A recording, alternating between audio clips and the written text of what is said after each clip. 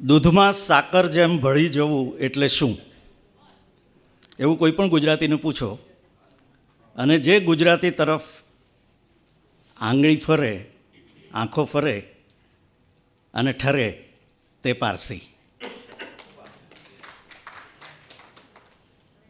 તો આ પારસી પર્વની બેઠકમાં આપનું સ્વાગત. એ પારસી સર્જકો બાવા, બાનુ, આવો ને પાછા અમારા ગુજરાતી સાહિત્યમાં આવી જાવ ને. એક સમયે ગુજરાતી કવિતા, નાટક, નિબંધ સહિત અનેક પ્રકારોમાં કેટલા બધા પારસીઓ હતા અને પારસી બોલાશનું એક ગદ્ય હતું, કવિતા હતી, અભિનયની ભાષા એમાં રચાઈ હતી. આજની આ બેઠક એ રીતે વિશિષ્ટ છે કે એમાં પારસી સર્જકોને આપણે ફરીથી નિમંત્રિત કરવા માંગીએ છીએ કે ફરીથી તમે લખો, ગુજરાતી ભાષાને સમૃદ્ધ કરો. મિત્રો, આ પ્રકલ્પમાં સિતાંશુ સરનો મુંબઈ શહેરને માટે આપણે અહીં છીએ એટલે એમણે બે વાતો વિચારી. ગઈકાલે આપણે અમારા સૌના આદ્ય એવા પ્રવીણ જોશી વિશે વાતો કરી અને આજે મુંબઈમાં છીએ એટલે પારસીઓ વિશે પણ વાત કરીશું. પણ એ માત્ર મુંબઈ પૂરતા સીમિત નથી. તો પારસી પર્વની આ બેઠકમાં જેને આવો આવું કહેવાનું મન થાય એવા સૌથી પહેલાં અમારા સૌના વહાલા, માનવંત, રોલ મોડેલ, સુરતના નાટ્યકર્મી પદ્મશ્રી યઝદી કરંજિયા. યઝદીભાઈને વિનંતી, કૃપયા આપ આપનું સ્થાન મંચ પર ગ્રહણ કરો. યઝદીભાઈ યઝદી કરંજિયા ગ્રુપ નામનું એમનું થિયેટર ગ્રુપ, જેમાં આખું પરિવાર, ભાભી, દીકરીઓ, દીકરાઓ, આખું પરિવાર યઝદી કરંજિયા ગ્રુપના નામથી નાટકો કરે, વર્ષોથી કરે. અમારી તો આંખ ખુલી ત્યારથી સરને અમે મંચ પર જોયા. હાજી. અને અત્યારે એમનું નાટક 600 પ્રયોગ વટાવી ચૂક્યું છે. સુરતમાં રહીને આ કરવું એ એક વિક્રમ સમાન છે અને એમણે કર્યું છે. પણ દેશ વિદેશમાં, મુંબઈ સહિત દર વર્ષે વારંવાર યઝદીભાઈને ઇન્વાઇટ કરાય છે એમના ગ્રુપની સાથે અને વારંવાર તેઓ વિદેશની યાત્રા પણ એમના ગુજરાતી પારસી નાટકથી કરી ચૂક્યા છે. તેવા જ અમારા બહુ જ અમે જેને માટે બહુ માનતી જોઈએ છે સુરતના બધા રંગકર્મીઓ, જેમને વારંવાર અમે બોલાવીએ પણ છીએ, એવા મુંબઈની ગુજરાતી રંગભૂમિના સ્ટાઇલિસ્ટ અભિનેતા, દિગ્દર્શક અને રંગકર્મી રહ્યા પછી જેઓ ટેલિવિઝનના સ્ટાર બન્યા છે અને ખૂબ પ્રવૃત્તિ કરતા રહે છે એવા હોમી વાડિયા સાહેબને વિનંતી કરીએ છીએ. હોમીજી, પ્લીઝ જોઈન અસ.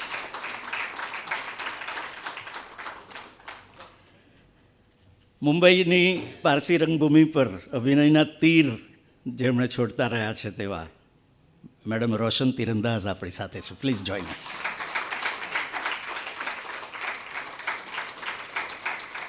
આ સત્રના બીજા વક્તા મિત્રો આપણી સાથે જોડાઈ રહ્યા છે, પણ આ સત્રનું સંચાલન, એનું અધ્યક્ષ સ્થાન કરવાના માટે વિનંતી કરીશું ઉત્કર્ષ મઝુમદારને.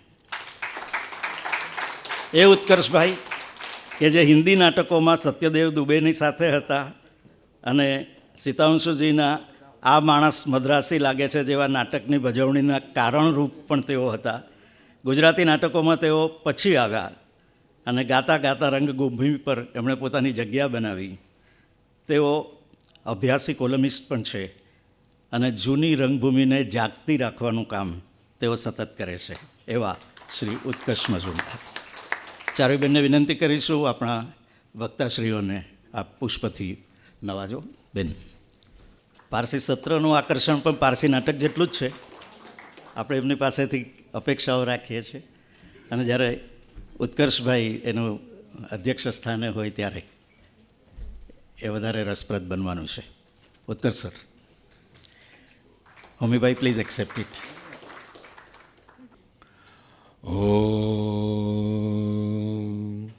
ઓમ આનંદ ઘન રસિકરમાવર, ઓમ આનંદ ઘન રસિક રમાવર પરમ પ્રભાકર ગુણના ગાતા અજર અમર સચરાચર સુખ કર શાંતિ સદા અર્પો રસદાતા ઓમ આનંદ ઘન રસિક રમાવર ઓમ આનંદ ઘન. નમસ્કાર. આ પારસી પર્વ આપણે રૂબી પટેલ અને બરજોર પટેલ બે જે જૂના જોગીઓ હતા અને ગુજરાતી તખ્તાના નામવંતા કલાકારો હતા એમને સમર્પિત કરીએ છીએ. હું જરાક ઊંધેથી શરૂ કરું છું, એટલે આભાર વિધિ પહેલાં કરું છું. એમ સૌથી પ્રથમ તો મારી વિનંતીને માન આપીને જે આ પારસી મહાનુભાવો આવ્યા છે એમનો આભાર માની લઉં છું. ફારબસ સભાનો આભાર માનું છું અને મારા સાહેબનો પણ આભાર માનું છું. સાહેબને એટલે કે ઉર્ફે સાહેબને, ઉર્ફે સાહેબનું પાત્ર સર્જનાર એવા ઉફરા ઉર્ફે સાહેબનો આભાર માનું છું. તમને થશે કે આ કોણ છે ઉર્ફે સાહેબ? તો ઉર્ફે સાહેબનું એક પાત્ર એમણે સર્જ્યું. નાટક હતું કહો મકનજી ક્યાં ચાલ્યા? અમે અમથાભાઈને ત્યાં ચાલ્યા. પણ એ ઉર્ફે પાત્ર જે હતું એનાથી સાવ ઉફરા એવા ઉર્ફે સાહેબ જે છે અમારા, તેનો આભાર માનું છું. કારણ કે એમણે અમને નાટકો આપ્યા તો અમે આ ચાચર ચોકમાં રમી શક્યા. મને યાદ છે હું કોલેજમાં હતો અને મેં પ્રોફેશનલ નાટકો શરૂ કર્યા હતા, પણ ઇન્ટર કોલેજિયેટમાં મારો કંઈ ડંકો વાગ્યો નહોતો. એટલે મારે મન તો ઇન્ટર કોલેજિયેટમાં ડંકો વગાડવો એ પ્રોફેશનલ થિયેટર કરતાં વધારે મહત્ત્વનું હતું એ કાળે, કારણ કે હું સ્ટુડન્ટ જ હતો. એટલે મેં નાટકો કર્યા પણ એ બેસી ગયા, એમાં મારો વાંક નહોતો. પણ નાટકનું એવું જ હોય છે, તમને થાય કે હું બહુ મોટો કલાકાર છું પણ તમારી સાથે બીજા બધા પણ હોય, એમનો સાથ અને સહકાર ન હોય તો ભલભલા જે કલાકારો છે એ બેસી જાય છે. તો મારું એવું જ થયું હતું. એક નાટક તો આમ પડદો ખુલ્યો એની સાથે જ બેસી ગયું હતું. એટલે મને બોલવાનો એક મોકોય ન મળ્યો, હું એક શબ્દય નહોતો બોલી શક્યો. ખેર, તો હવે શું કરું? મારે મન તો એ ઇન્ટર કોલેજિયેટ વધારે અગત્યની હતી. એટલે મને જુનિયર અને મેં એ બાજુ મેં હિન્દી નાટકો શરૂ કરી દીધા હતા. સત્યદેવ દુબે જોડે નાટકો શરૂ કર્યા હતા. ઇન્ટર ગ્રુપ કોમ્પિટિશન મારી ઝેવિયર્સ કોલેજમાં, એમાં પણ ઇનામો મળતા હતા. હિન્દી નાટકો વેઇટિંગ ફોર ગોદો બી હિન્દીમાં કર્યું, એ પણ બહુ વખણાયું. એ બધું થતું હતું. પણ અને એનો એક રસિક કિસ્સો તમને હું કહું. ઇન્ટર આર્ટ્સમાં હતો હું. અમારો પ્રિલિમની એક્ઝામ હતી. એક્ઝામ પતી ગઈ અને પછી પ્રોફેસર જે હતા મારા, પ્રોફેસર હઝારી, એમણે ક્લાસમાં એનાઉન્સ કર્યું કે હુ ઇઝ ઉત્કર્ષ મઝુમદાર. તો આપણે તો એ વખતે હતા જ નહીં, કારણ કે ફર્સ્ટ યરમાં નિશાળેથી જવું પાંસરે ઘેર એના જેવો હતો. એટલે હું નિશાળમાંથી એટલે કોલેજમાંથી સીધો લાઇબ્રેરી જતો, લાઇબ્રેરીમાંથી સીધો ઘરે જતો. એટલે કેન્ટીન ક્યાં છે, બીજું ક્યાં છે મને ખબર નહીં. અને ઇન્ટર પછી મારો ક્લાસ ક્યાં છે એ મને ખબર નહીં, બાકીનું બધું ખબર. એટલે મને પછી કહ્યું કોઈ કે કેન્ટીનમાં કે ભાઈ મિસિસ હઝારી બોલાવતા હતા, તને યાદ કરતા હતા, બહુ ગુસ્સામાં છે. હા, એટલે તું મરી ગયો આ વખતે. એટલે હું તો ગભરાતા ગયો, કારણ કે હું આમ ગાભરું મૂળે. તો ત્યાં ગયો, મિસિસ હઝારી હતા, મને જોઈને કે યુ વોઝ કોંગ્રેચ્યુલેશન્સ. એટલે હું જરાક આમ ખંચકાયો. મેં કહ્યું કે આ શું છે? મને સજાને બદલે કોંગ્રેચ્યુલેશન શું કહે છે? તો મને કહે you are very good yesterday in waiting for Godot. એટલે મેં કહ્યું થેન્ક યુ મેડમ, પણ તમે મને મળવા બોલાવ્યો Utkarsh Majumdar. Why don't you study also? એટલે એમનો રોષ જે છે આખો ઓછો થઈ ગયો. એટલે કારણ કે I was the only person in the class who got 0 out of 50. કારણ કે મેં સાવ કોરું જ મૂકેલું અંગ્રેજી પોએટ્રીનું જે હતું, કારણ કે મારી પાસે ટેક્સ્ટ નથી, મને ટેક્સ્ટ મળી નહીં અને હું ગાઈડમાં વાળો નથી. એટલે મેં કહ્યું કે હવે મારે કરવું શું? એટલે પછી કોરું મૂકવા સિવાય બીજો કોઈ છૂટકો નહોતો.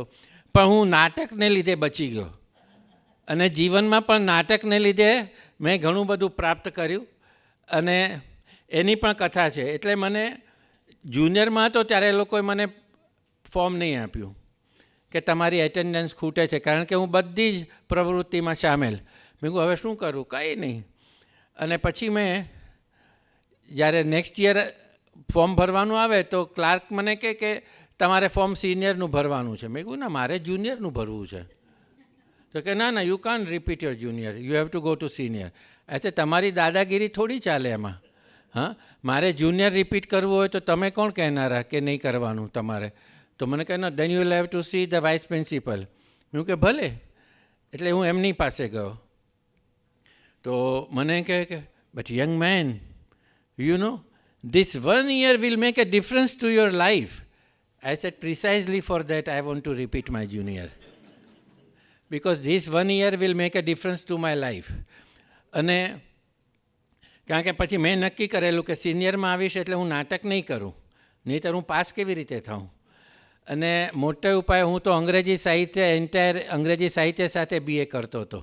ગુજરાતી માધ્યમમાંથી નીકળેલો છોકરો અંગ્રેજી સાહિત્ય સાથે BA કરતો હોય તો એની હવા કેવી આમ બંધ થઈ જાય ને, કે આપણને કંઈ સૂચતું નથી. એમાંય મને સીતાંશુભાઈ મદદે આવ્યા, વહારે આવ્યા. જેમ મહેતાને કૃષ્ણ આવ્યા હતા એમ જ એમણે કહ્યું કે ઉત્કર્ષ તું શું કરે છે પરીક્ષામાં? મેં કંઈ નહીં, વાંચું છું. પેપર કેટલા કર્યા ત્યાં? શેના પેપર સોલ્વ કરવાના ને? એ તો પરીક્ષા હશે ત્યારે કરવાના ને. મને કહે કે કલાકાર ભાઈ એવું ન હોય, એ તમારે તો છેલ્લા 10 વર્ષના બધા કરવાના હોય પેપર. તો એ કર્યા કે નહીં? મેં કહ્યું એ મને કંઈ ખબર જ નથી એવું હોય ને એવું કરવાનું હોય. એટલે એમણે ઘનશ્યામ, અને પછી તને પ્રોઝોડી આવડે છે? મેં ના, મને વ્યાકરણ ને છંદોય નથી આવડતા ગુજરાતીના, તો અંગ્રેજીની પ્રોઝોડી ક્યાંથી આવડવાની? એટલે એમણે ઘનશ્યામ દેસાઈ પર મને પત્ર લખી આપ્યો કે આ કલાકાર ભાઈને કાંઈ ખબર નથી, એ પાસે નહીં થાય, ગ્રેજ્યુએટ નહીં થાય, તો તમે એને મદદ કરો, કોઈ પ્રોઝોડીના ટીચર એમને માટે કરો અને ભવંસની લાઇબ્રેરીમાંથી પેપર કાઢીને એમને આપો. એટલે એ પ્રોઝોડીના મને પ્રોફેસર મળ્યા, એટલે મારું ગાડું ગબડ્યું અને હું આખરે પાસ તો થયો. પણ એ મને મળ્યા સીતાંશુભાઈ, એનો એક બીજો રોચક પ્રસંગ છે. મારે નાટક તો કરવું હતું એટલે હું અરવિંદ ઠક્કર પાસે ગયો, પ્રવીણ સોલંકી પાસે. તો મને કહે કે મારી પાસે સમય નથી, તું આ અરવિંદ ઠક્કરને કહે. એ લોકો બંને જણા બેંક ઓફ ઇન્ડિયામાં કામ કરતા હતા અને ફોર્ટમાં જ કામ કરતા હતા. એટલે હું ગયો. મને કહે કે તારે એવોર્ડ માટે નાટક કરવું છે કે મજા માટે? એટલે એ વખતે પણ હું બહુ સ્પષ્ટ હતો, 18 વર્ષે પણ. મેં કહ્યું કે મારે મજા માટે જ નાટક કરવું છે, એવોર્ડ બધી ગૌણ વસ્તુ છે. હા, તો મને એમણે એક પુસ્તક આપ્યું કે આ પુસ્તક છે, તું એ વાંચ અને તને જો ગમે તો આ નાટક આપણે કરીએ. એ પુસ્તક હતું આયોનોસ્કોનું ધ લેસન. હું વાંચી ગયો. આમ રસ પડે એવું હતું, પણ એટલું બધું સમજાયું નહીં. એટલે મારો ફાંકોય ઉતરી ગયો કે હું અંગ્રેજી સાહિત્ય સાથે BA કરું છું ને આ અંગ્રેજીમાં નાટક છે, મને સમજાતું નથી. એનું કારણ શું? કારણ કે થિયેટર ઓફ એબ્સર્ડનું નાટક હતું અને એની સાથે મારો પનારો પડેલો નહીં. હા, એટલે પછી બીજી ત્રીજી વખત વાંચી ગયો અને થયું કે ના, આ નાટક કરવા જેવું લાગે છે. એના ઘણા કારણો હતા. નાટક આપણે જ્યારે કરીએ છીએ ને ત્યારે એના કારણોમાં બહુ નાટક સરસ છે એવું નહીં, પણ નાટકમાં 2 જ પાત્રો હતા. એટલે મેં કહ્યું કે હું આ નાટક કરી શકીશ, એક બીજી કલાકારને તો હું ગોતી કાઢીશ ગમે ત્યાંથી, ZVSમાંથી, કારણ કે પૈસા વગર નાટક કરવાનું. અને એમાં એક જ સેટ હતો, ટેબલ અને ખુરશી. લાઇટ્સનું નહીં, મ્યુઝિકનું કશું કાંઈ નહીં. એટલે મેં કહ્યું આ નાટક મને પરવડશે કરવાનું. એટલે ચયન કર્યું. મને કહે કે હવે આપણે આ કરશે કોણ અનુવાદ? એટલે મેં કહ્યું કે છે એક જણ. કોણ? મેં કહ્યું કે સિતાંશુ મહેતા. હા, તો અતિ ઉત્તમ, સિતાંશુભાઈ કરે. તો એ વખતે મીઠીબાઈમાં ભણાવતા હતા.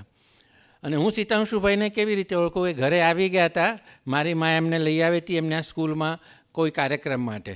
એટલે મને એ ઓળખાણ હતી. એ ઓળખાણના સહારે હું ગયો ત્યાં આગળ. મને કહે કે મેં કહ્યું કે તમારે આ નાટક રૂપાંતર કરવાનું છે. ભાઈ મેં હજી સુધી કોઈ નાટક કર્યું જ નથી. હું તો હવે કરશો તમે. એટલે ભાઈ પણ મારું, હું કવિ છું પણ નાટકકાર નથી. હું તો હવે નાટકકાર બનશો. આ ખબર નહીં એક વખતે ક્યાંથી આવી ગયું. તો મને કહે ના ના, આમ તો જો કે મેં એના પર થીસીસે કરી છે પેરિસમાં આયોનેસ્કો. મેં કહ્યું તમારાથી ઉત્તમ કોણ હોય?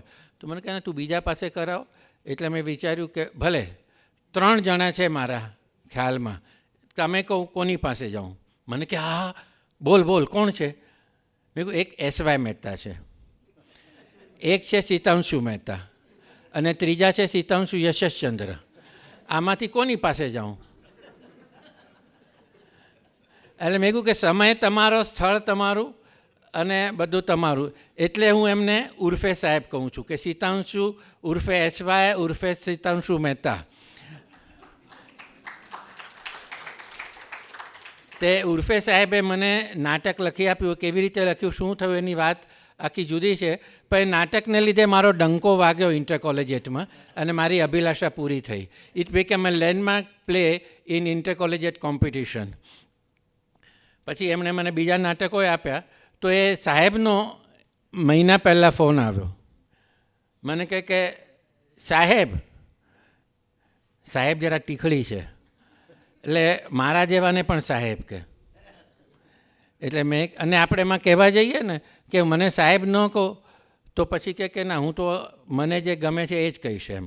અને આપણાથી એમાં કંઈ આર્ગ્યુમેન્ટ થાય નહીં. એટલે મેં કહ્યું જેવી તમારી ઈચ્છા. પાછા માનાર્થે બોલાવે. તો તમે એક કામ કરશો? મેં કહ્યું હુકમ કરો. તો મને કહે કે આપણે છે ને આ વ્યાપન પર્વ યોજ્યું છે, એમાં મારી ઈચ્છા છે કે ગુજરાતમાં ઘણી કોમોએ ઘણું બધું કર્યું છે, જુદી જુદી કોમોએ. પણ એક કોમ એવી છે જે ગુજરાતી સાહિત્યમાં બહુ પ્રવૃત્ત હતી પણ હવે ખસી ગઈ છે, નથી. તો આપણે એને પાછી લાવવી છે. તો એને માટે તમે કંઈ કરો. એટલે મેં કહ્યું હું શું કરું? એ પારસી કોમ માટે તમે કંઈ કરો. મેં કહ્યું જેવી તમારી ઈચ્છા. મારે શું કરવાનું? કે આખું એ તમારે તંત્ર સંભાળવાનું. મેં કહ્યું બાપરે બાપ, આને ના પાડીએ ને તો આ ઋષિ જો ખીજાયા અને શ્રાપ આપી દે તો એ મારાથી સહેવાશે નહીં. નાટક જ બંધ થઈ જાય ને મારા. એ તો કેવી રીતે આપણને પરવડે? એટલે મેં કહ્યું કે ભલે હું કરીશ. અને એમાં મેં કહ્યું કે આમાં એવું છે, હું સાહિત્યનો માણસ નથી, હું તો નાટકનો માણસ છું. તો મને કહે કે આપણે એ જ જોઈએ છે. આપણે બધા પારસીઓને સાહિત્યમાં, સંગીતમાં, કલામાં, નાટકમાં લઈ આવવાના છે.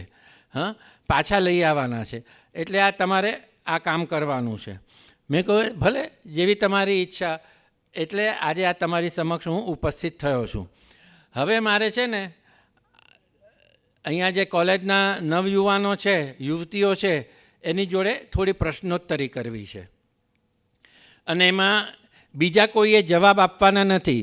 જવાબ આપે તો એમને એમની પ્રિય વ્યક્તિના સમ જવાબ જો આપ્યા તો. મારે માત્ર આ ઇન્ટરનેટ અને વોટ્સએપમાં ગરકાવ યુવાનીઓને થોડુંક પૂછવું છે. જ્યાં જ્યાં વસે એક ગુજરાતી ત્યાં ત્યાં સદાકાળ ગુજરાત.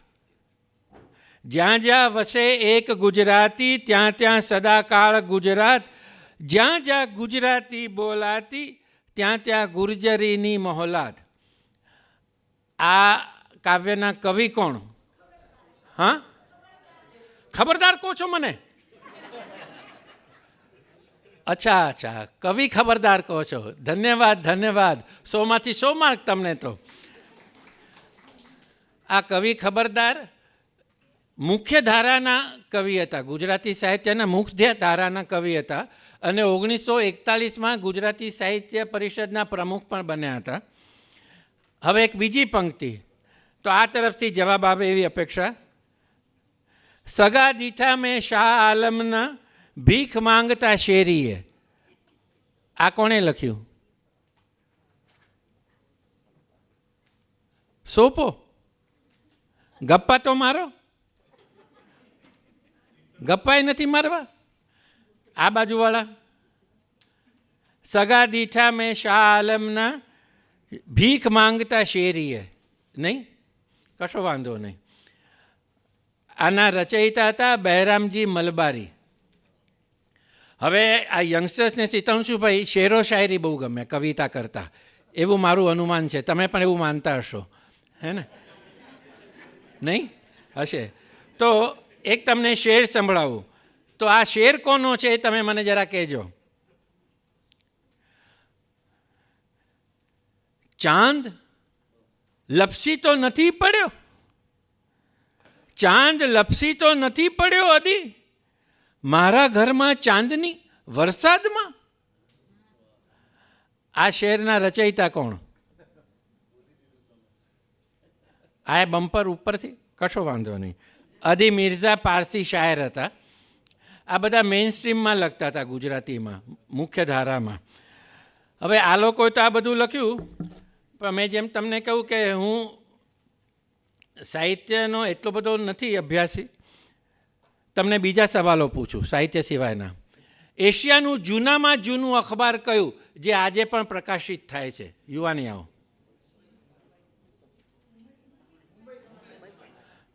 કોણ બોલ્યું? પ્રોફેસર બોલ્યા ને? પ્રોફેસર બોલ્યા ને?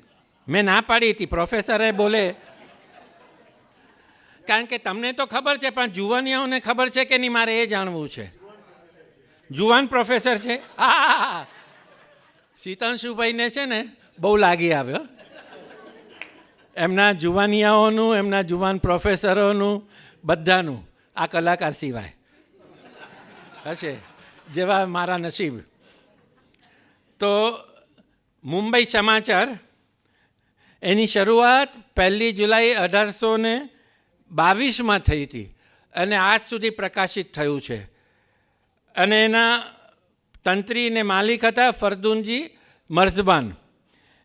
જામે જમશેદ નામનું બીજું અખબાર પણ શરૂ થયું હતું 1832માં.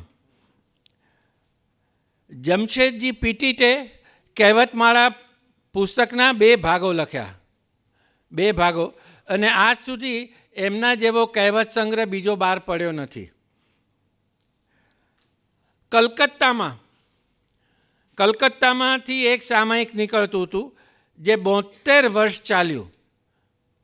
તો એ સામાયિકનું નામ કયું અને એના તંત્રી કોણ? ના, તમારે નથી બોલવાનું. હાજી, હાજી, બંગાળ કેમિસ્ટ? નાજી, તરુબેનને તો આવડે જ, કલકત્તાના છે એટલે. તો બોલો. હા, વાહ વાહ વાહ. એટલે છેક કલકત્તાથી પણ ગુજરાતી સામાયિક નીકળતું હતું, 72 વર્ષ સુધી ચાલ્યું. આજે ટાઈમ્સ ઓફ ઇન્ડિયાના પત્રકાર જે છે બચી કરકરિયા, એમના દાદા અને એમના પિતાશ્રી અને માતાશ્રીએ આ મેગેઝિન કાઢેલું ને ચલાવ્યું હતું. હા, અને દાદાભાઈ નવરોજીનું નામ તો સાંભળ્યું હશે. એ એક મેગેઝિનના તંત્રી હતા. એનું નામ ખબર છે? સત્યવક્તા, એટલે કે રાસ્ત ગોફતાર. એ 1854માં નીકળેલું. અને ખરશેદજી કામા અને દાદાભાઈ નવરોજીએ આ શરૂ કર્યું હતું. આ પ્રથમ તંત્રી હતા એના. અને આગળ જતાં કે ખુશરો, નવરોજી, કાબરાજી પણ એના તંત્રી રહ્યા હતા. અને કાબરાજીએ નાટ્ય ક્ષેત્રે, પારસી નાટ્ય ક્ષેત્રે અને જૂની રંગભૂમિમાં બહુ જ ઊંચા દરજાનું કામ કરેલું. એની વાત પછી ક્યારેક. તો આટલા બધા પારસીઓ હતા, એમણે આટલું બધું કામ કરેલું અને હવે સાવ અદૃશ્ય થઈ ગયા છે. એના ઘણા કારણો હોઈ શકે. એક તો પહેલાં આપણે મેજોરિટી ગુજરાતી હિન્દુ સમાજે જ ગુજરાતીને છોડી દીધું છે અને અંગ્રેજીને અપનાવી લીધું છે, જે અમને ગુજરાતી નાટકોમાં પણ દેખાય છે. તો પછી આ લોકો પારસીઓનો વાંક ક્યાંથી કઢાય કે એ લોકોએ કેમ ગુજરાતીને તડ છોડી દીધી? પણ એનીવે, તો તો આજે બીજા બધા આવી ગયા છે. થેન્ક યુ વેરી મચ આવવા બદલ. તો હું સૌથી પહેલાં, આપણે ગુજરાતીમાં એક કહેવત છે, એમને ફૂલહાર આપી દઈએ, એમને સત્કાર કરી દઈએ. ગુજરાતીમાં એક કહેવત છે, પહેલું સુખ તે જાતે નર્યા. એટલે મારે એનાથી શરૂઆત કરવી હતી. મિકી મહેતા બહુ જાણીતું નામ છે ફિટનેસ ક્ષેત્રે, પણ આપણો સમય જરાક આગળ ધકેલાઈ ગયો હતો એટલે એમને આવવામાં થોડી વાર હશે. કશો વાંધો નહીં. Ladies first.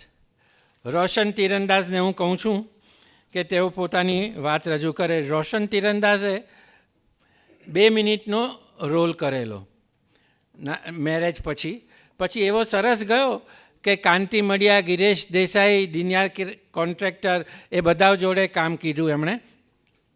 પછી ટેલિવિઝન, સિરિયલ, નાટકો એ બધામાં બી કામ કર્યું. તો એવા આલા દરજાના એક્ટ્રેસ જે છે પોતાની કથની રજૂ કરશે. Roshan Tirandaz. Good afternoon to all. Dais ઉપર બેઠેલા રિસ્પેક્ટેડ ડિગ્નિટરીઝ, ભાઈઓ અને બહેનો, સૌથી પહેલે હું ફરબાસ ગુજરાતી સભા અને ઉત્કર્ષ મધુમદારની આભારી છું કે મને આ પારસી પર્વની બેઠકમાં પારસી નાટકોને વડે બોલવા ઇન્વાઇટ કરી છે.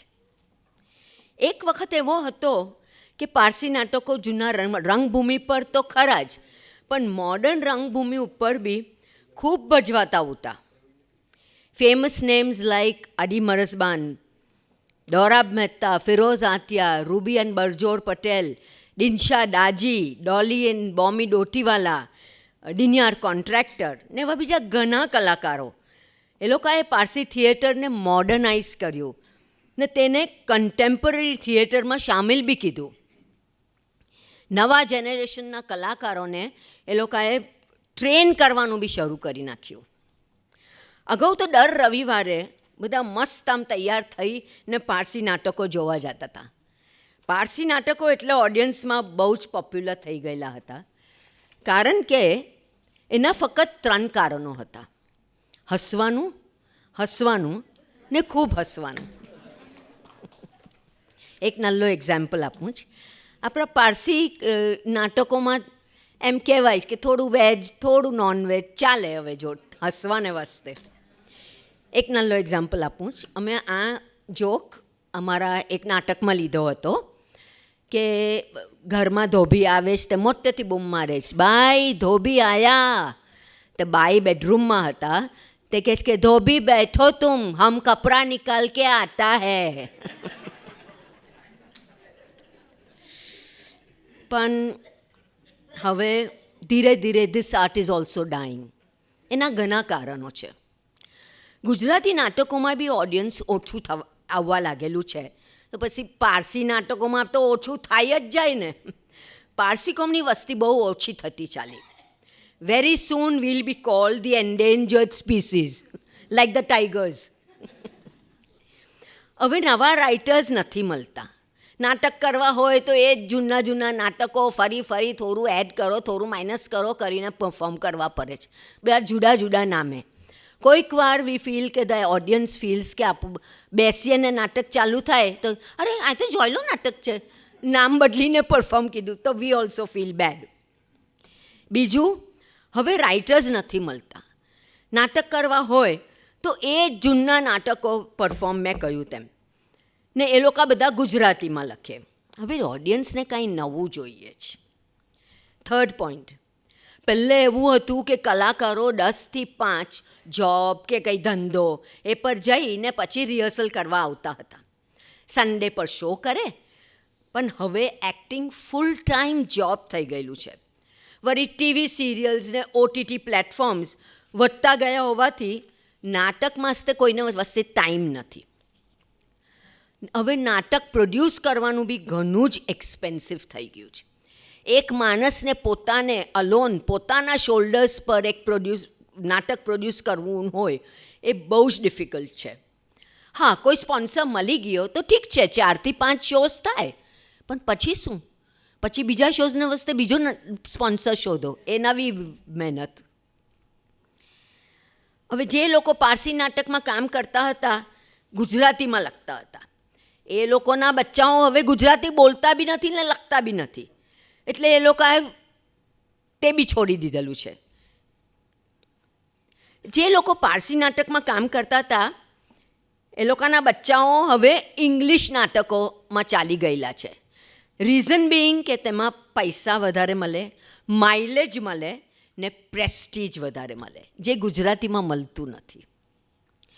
જો કે આજે બી પારસીઓ પોતાના નવા વરસ પર એટલે ઓગસ્ટમાં અને જમશેદી નવરોઝ પર એટલે માર્ચમાં આ બંને દિવસ પર પારસી નાટક જોવા આવે ને દરેક થિયેટરમાં પારસી નાટક જ ભજવાય.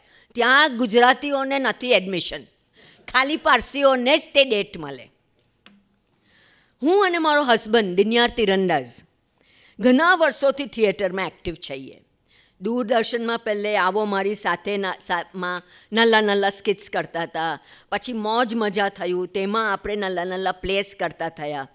હવે એ પ્રોગ્રામો બી બંધ થઈ ગયા, એટલે એ એવન્યુ બંધ થઈ ગયું. તો હવે ગુજરાતી પ્રોગ્રામ્સ કરવા હોય અમુને, પારસી ગુજરાતી પ્લેસ, તો અમને શું કરવાનું? કંઈ આઈડિયા હોય તો અમને આપજો નહીં. હું હજી બી એક્ટિંગ કરું છું. નાટકમાં કામ કરવાનું એ મારે વસ્તે it's like a passion, live performance. સિરિયલમાં તો જેટલા બી શોટ આપો લયા કરે. લાઈવ પરફોર્મન્સ એક એવો અદ્ભુત નશો છે કે બીજી કોઈ ચીજમાં તે મળતો નથી. પડદો ખુલે, તમે એન્ટ્રી લો, ડાયલોગ બોલો, આમ બધાને હસાવો, તાલીઓનો ગડગડાટ વિસ્કી કરતાં બી જાસ્તી નશો આપે છે. એ તો એક આર્ટિસ્ટ જ બોલી શકે. હા, હું ને મારો હસબન્ડ અમે બંને નાટક પ્રોડ્યુસ બી કરીએ છીએ. અમે વર્લ્ડ ઓવર ટ્રાવેલ કીધેલું છે, as actors also and as producers also. પણ હવે સ્પોન્સર વગર જરા હિંમત કરવાની જરા ગમતું નથી. અંતમાં એટલું જ કહું કે આશા રાખું છું કે એક પ્રોડ્યુસરના નાટકો ઘણા શોઝ કરે, દેશ વિદેશ જાય, નામ ને સમૃદ્ધિ કમાવે, ખૂબ સફળ થાય ને લોકોને હસાવે. એન્ડ આ ટેન્શન ભરેલી જિંદગીમાં ઓડિયન્સને થોડી રાહત મળે હસીને. That's all. બસ આ એક લાસ્ટ લાઇન હંમેશા મારા હસબન્ડ બોલતા હતા, મિલતે હૈ બ્રેક કે બાદ. Thank you. થેન્ક યુ રોશન. હવે આપણે નાટકમાંથી સાહિત્ય તરફ ગતિ કરીએ. આબાન મુખર્જી ન્યૂ ઇરામાં શિક્ષિકા રહી ચૂક્યા છે. તેઓ એક ઉત્તમ અનુવાદક, સંશોધક અને સંપાદક છે. એમણે ગુજરાતીમાંથી ઘણા પુસ્તકો અંગ્રેજીમાં અનુવાદ કર્યા છે. એમાંનું એક છે Sunnamai Desai of Navsari, a biographical sketch. એમની સાથે છે તુલસી વત્સલ, ઓક્સફર્ડ યુનિવર્સિટીના ગ્રેજ્યુએટ, એ પણ સંશોધક, લેખક, અનુવાદક, સંપાદક. ભારતીય ઇતિહાસ અને સંસ્કૃતિ પર બીજાઓ સાથે અનેક પુસ્તકો લખ્યા છે. તેઓએ કોર્પોરેટ હિસ્ટ્રી પર પણ પુસ્તકો લખ્યા છે. આબાનબેન અને તુલસીબેન ગુજરાતી છે એટલે બેન આવી જ જાય. બંને જણાઓએ ભેગા મળીને 19મી સદીના અનેક પારસી ગુજરાતી અને ગુજરાતી લેખકોના પુસ્તકો અંગ્રેજીમાં અનુવાદ કર્યા છે. અને સૌથી મહત્ત્વનું વાત તો એ છે કે ગુજરાતીની સૌથી પ્રથમ નવલકથા કઈ? ત્યાંથી કેમ શાંત બધું? હા, તો મોટેથી બોલવાની, આવી તક છોડવાની જ નહીં. તો કરણ ઘેલો જે હતી આપણી પ્રથમ નવલકથા, એમનું આ બંને જણાએ અંગ્રેજીમાં રૂપાંતર કર્યું છે.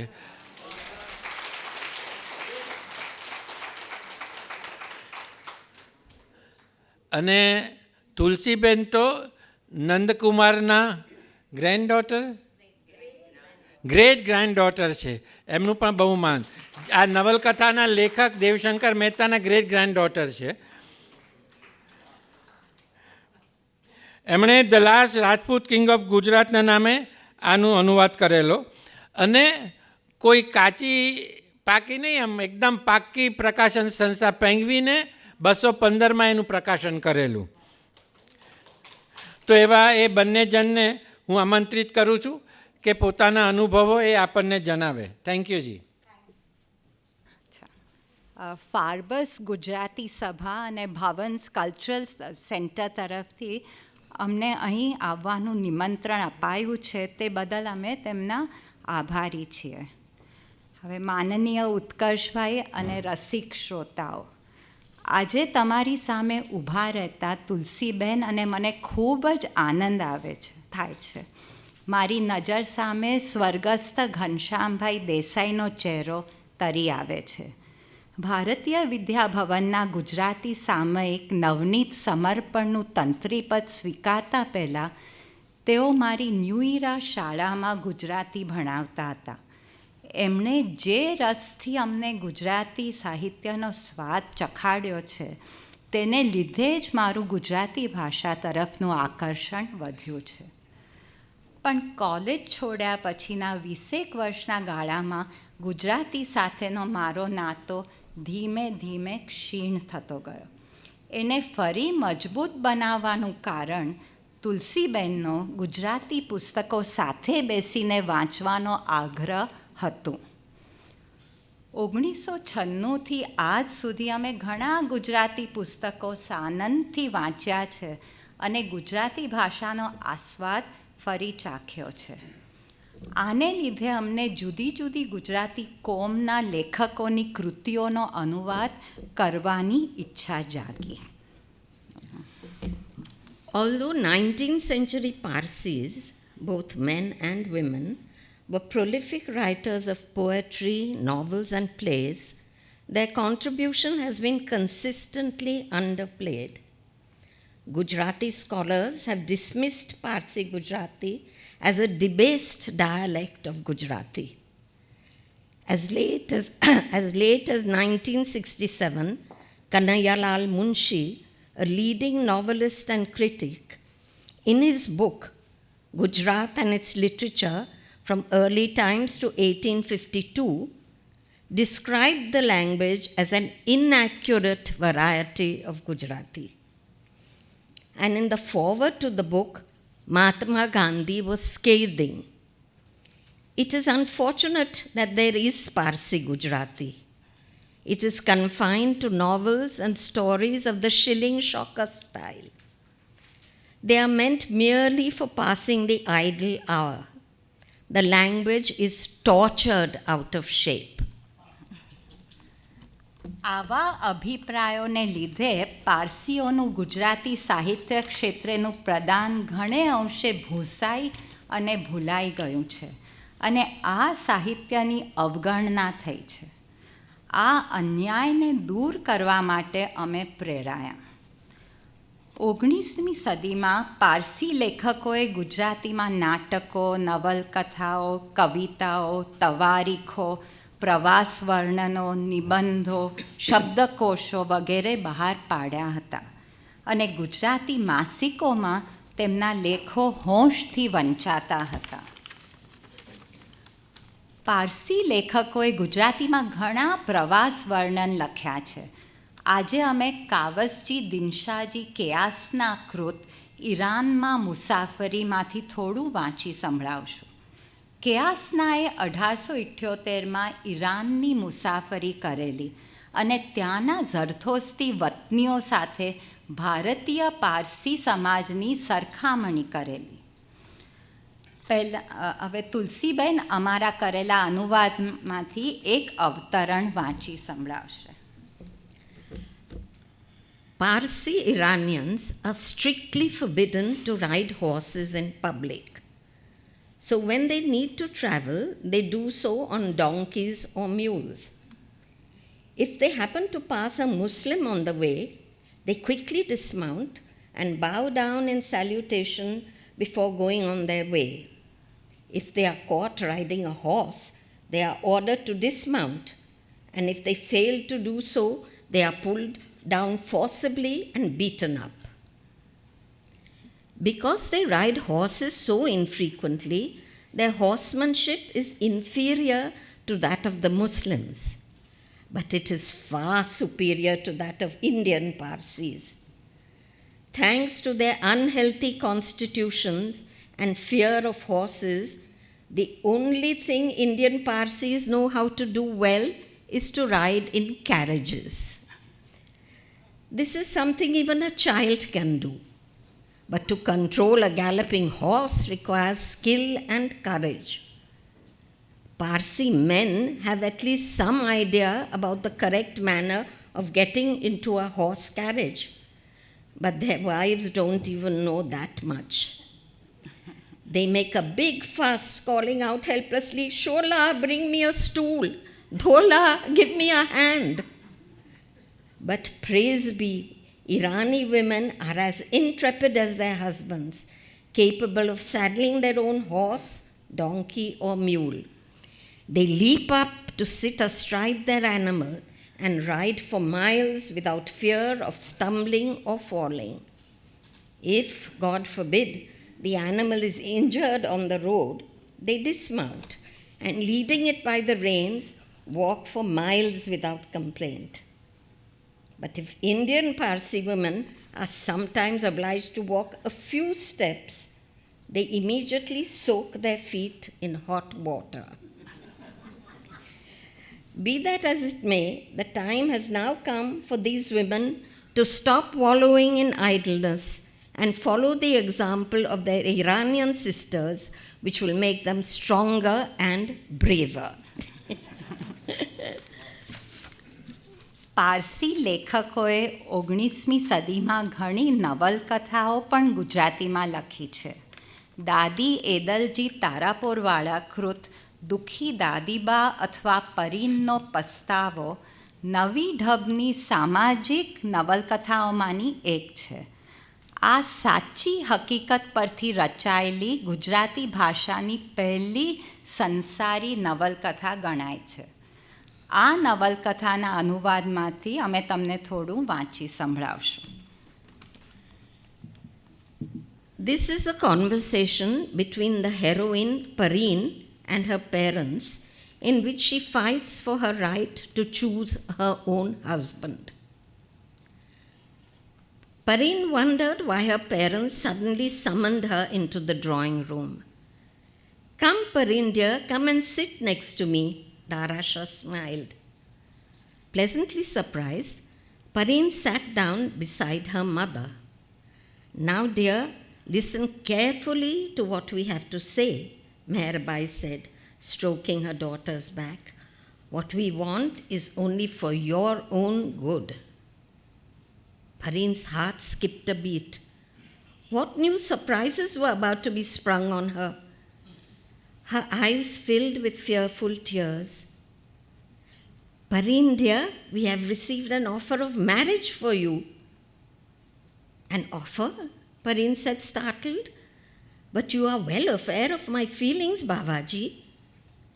"Whether I am aware of them or not is immaterial. Just as it is our duty to consider your welfare, it is your duty as a child to respect and obey our wishes." "I believe I've always done that and will continue to do so," Pareen said respectfully. "But I hope that obedience to your wishes will not rob me of my happiness." "Rest assured, my dear, your welfare is always uppermost in our minds. The proposal for your hand has come from a highly placed family." "Babaji, I beg you, don't rub salt in my wounds. I fear that we will start quarreling once again. You know quite well what I feel about Dadiba." "Enough," Dada Shah roared. "Don't ever mention that wastrel to me." "My child," Meherbai tried to reason with her sobbing daughter, "you are such an understanding girl. Why are you being so obstinate?" All our hopes and dreams are centered on you. If you are happy, it makes us happy. If you are sad, it makes us sad. Making us unhappy in our old age will not do you any good. My dear sweet Pareen, will you not, my Ji, my beloved mother, Babaji cares nothing for my happiness. But will you not side with me? You know that I have promised Dadiba, I will never be happy if you force me into a loveless marriage. To hell with your promises and promises, Darasha glared. Am I that desperate that I need to accept a useless Rakhdale as my son-in-law? What attracts you to him? His good looks and his fair skin? In what way is Jahangir Bahadur Shah inferior to that fellow? Here we have Lady Luck knocking at our door, and you want to slam it shut? Let me make it quite clear that if you insist on disregarding my wishes, you will forfeit all claims to my sympathy in future. I give you half an hour to decide. Saying this, Darasha Davar stomped out of the room. But half an hour of Mehrbai's pleading and persuasion had no effect on Pareen. It is you who gave me birth, my Ji. You who brought me up and educated me. And was it all to push me into a loveless marriage? Money can't buy love. Shut your mouth right now, Pareen. Darasha flung open the door. This stray cur that we befriended thought nothing of biting his benefactor. When I think of the liberties you permitted him, I am speechless with rage.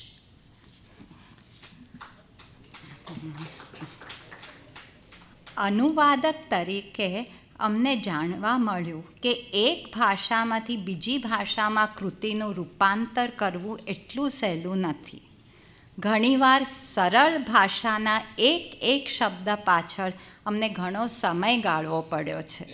દાખલા તરીકે રખડેલ શબ્દ માટે કયો અંગ્રેજી સમાનાર્થક શબ્દ વાપરવો? ઘણા શબ્દો તપાસી અંતે વેસ્ટ્રલ શબ્દ વાપરવાનું નક્કી કર્યું. મધર, ફાધર જેવા શબ્દોને બદલે માઈજી, બાવાજી જેવા શબ્દો અમારા અંગ્રેજી અનુવાદમાં રાખ્યા, જેથી પારસી ગુજરાતી ભાષાની છાંટ જળવાઈ રહે. ગુજરાતી મુહાવરા અને કહેવતોનો શબ્દશ અનુવાદ ન કરતા એવા જ સમાનાર્થી અંગ્રેજી મુહાવરા વાપર્યા છે. દાખલા તરીકે સૂડી વચ્ચે સોપારી માટે between the devil and the deep blue sea નો ઉપયોગ કર્યો છે. છેલ્લે મારે એટલું જ કહેવું છે કે જ્યારથી અમે યા હોમ કરીને અનુવાદની દુનિયામાં ઝંપલાવ્યું, ત્યારથી અમારું જીવન વધારે સમૃદ્ધ બન્યું છે. ધન્યવાદ.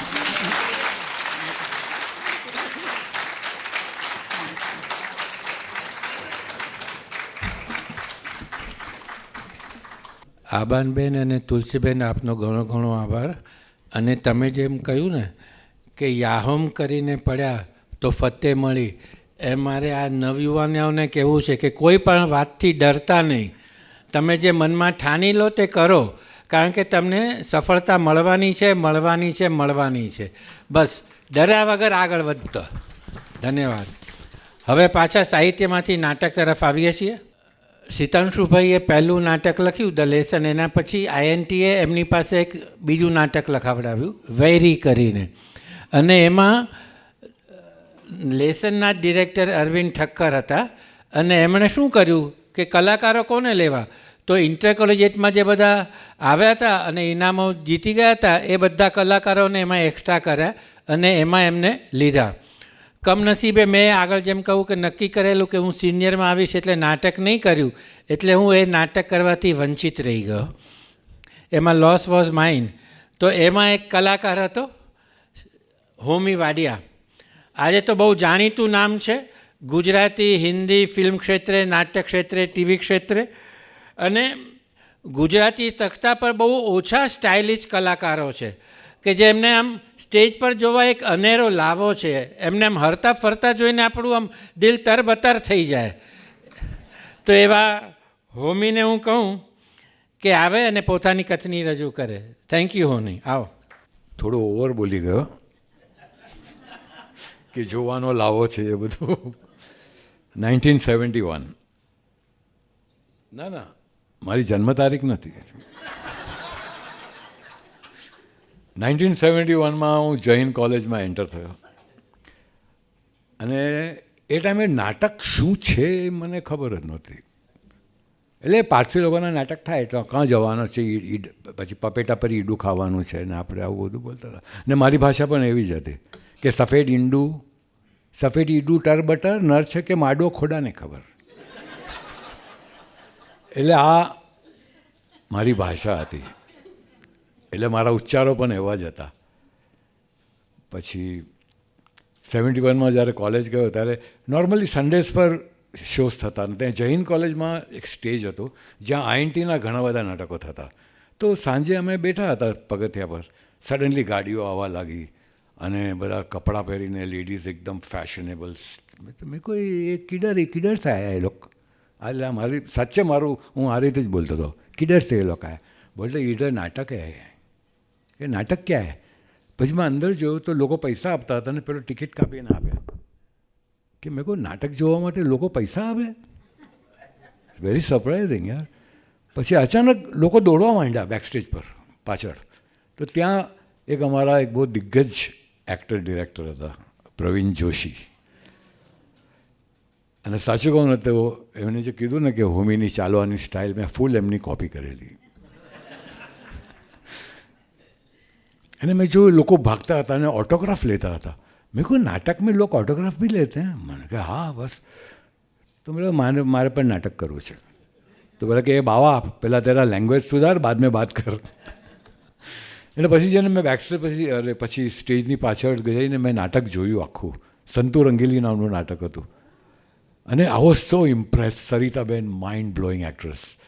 મેં કહું મારે નાટક કરવું છે. પછી અમારા કોલેજની અંદર પેલા એકાંકી નાટકો થાય ને તો ત્યાં પ્રવીણ સોલંકી અમારા એક રાઇટર છે, એ ઓડિશન લેતા હતા. તો મને કે ક્યાં કરના है? मतलब मेरे को नाटक में काम करना है. मतलब नाटक किया पहले? मैं बोला हाँ बहुत किया है. एक्चुअली ऑनेस्टली મને નાટક શું છે ખબર જ નહોતી. મને કે क्या किधर? मतलब कॉलेज के अंदर नहीं, स्कूल के अंदर वो नाटक किया. मतलब करके दिखाओ. લાગી ગયો. હવે મેં કહું શું બોલું? એટલે ફિલ્મના ડાયલોગ શરૂ થઈ ગયા, રાજેશ કાનૂન કે હાથ બહુ લંબે ને આવું બધું ચાલો. એનીવેઝ આઈ વોઝ એક્સાઇટેડ કે મારે નાટક કરવા જ છે. I was not selected. Anyways પછી ધીરે ધીરે એકાંકી નાટકો થતા હતા ઇન્ટર કોલેજિયેટ. અને જેમ હી સેડ કે મેં એક નાટક કરેલું મેન વિધાઉટ શેડોઝ, અને એ જોઈને આઈએનટીએ મને સિલેક્ટ કરેલો. અને એ નાટક હતું વેરી, જે સિતાંશુભાઈએ લખ્યું હતું, મારું પહેલું નાટક કમર્શિયલી. હા, it was a wonderful play. અને એ નાટકમાં અમારા જે ડિરેક્ટર હતા ને એ જરા ખલખોપડી હતા થોડા. એટલે એમાં ડાયલોગ હતો કે તું આમ કરશે તો મને માઠું લાગશે. તો હું કહેતો હતો મને આમ કરશે તો હું માથું લાગશે. એટલે કે એ બાવા માથું નહીં માઠું, ઠ મને ગુસ્સો આવશે, મને ગમશે નહીં. તો મેં કહું માથું. પછી મેં કીધું બસ નાટક કરવું હોય તો ગુજરાતી ભાષા પર પ્રભુત્વ મેળવવું બહુ જરૂરી છે. અને ટ્રસ્ટ મી, હું શીખ્યો નથી કોઈની પાસેથી, બસ કાનેથી સાંભળીને ગુજરાતી ભાષા પર મેં એક પ્રભુત્વ મેળવ્યું છે. અને આજે ગુજરાતી બોલે એ કરતાં પહેલાં બેટર ગુજરાતી આ પારસી બોલે છે.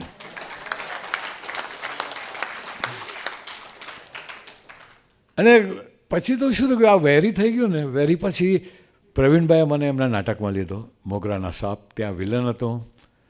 અને ત્યાર પછી 4 વર્ષ પ્રવીણભાઈ સાથે મેં બેક સ્ટેજ કર્યું.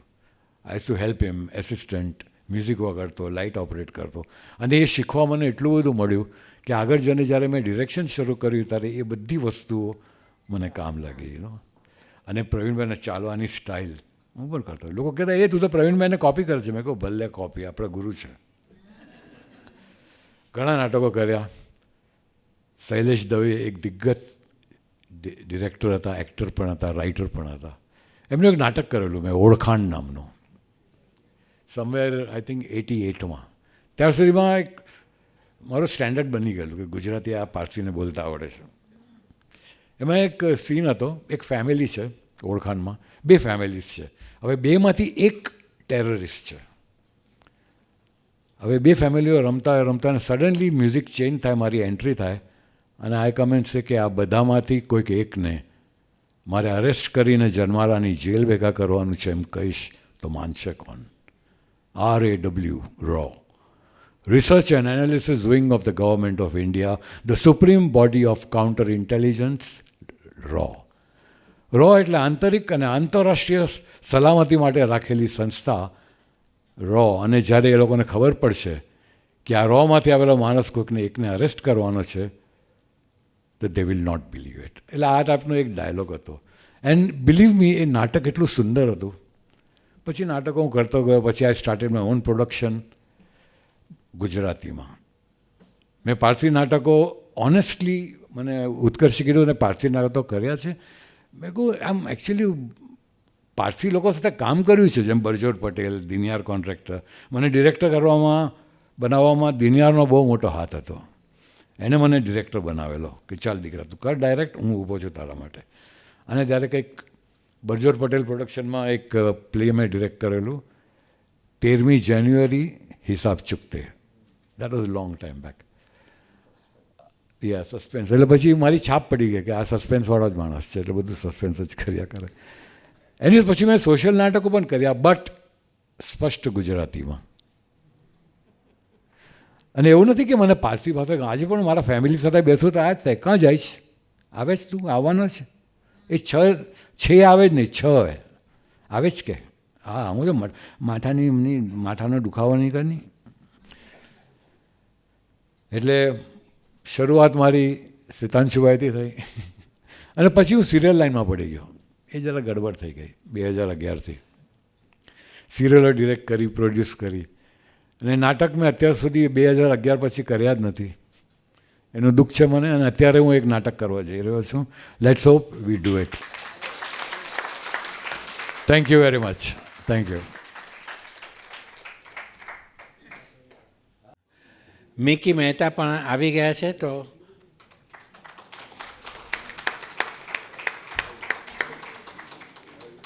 મિકી મહેતા આજે હેલ્થના ક્ષેત્રે બહુ મોટું નામ છે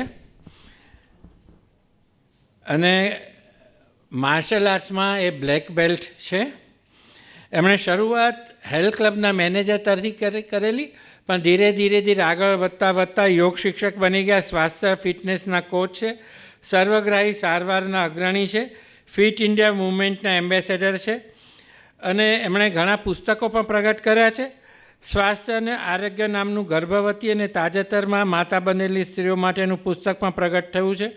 2003માં મિકી મહેતા 360 નામનું હેલ્થ સેન્ટર ખોલેલું અને એની 12થી વધુ શાખાઓ ખોલી છે, જેમાં તેઓ સ્વિમિંગ અને યોગા અને સાધનો વગરની કસરતો, યોગ, ધ્યાન, એરોબિક્સ ઇત્યાદિ શીખવાડે છે.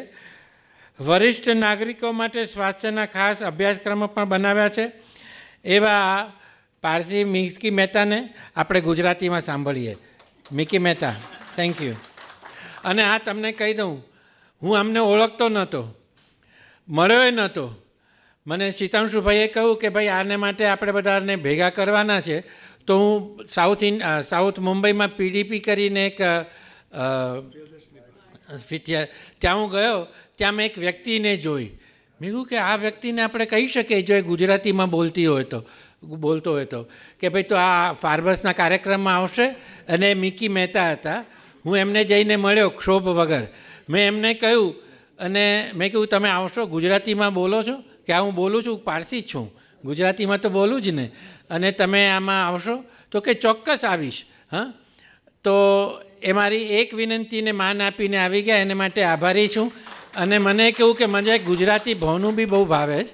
હું દર મહિને એક વખત ઠાકસ ક્લબમાં 3 વખત ઓહો હું જાઉં છું. તો હું તમારે માટે આવું તો તમારે ત્યાં પારસી ભોનું નહીં પણ ગુજરાતી ભોનું ખવડાવવું પડશે અને ગુજરાતી મીઠી દાળ ખવડાવવી પડશે. તો મોસ્ટ વેલકમ અને let's hear Mickey Mehta. Thank you. ઉત્કર્ષભાઈનો નિષ્કર્ષ.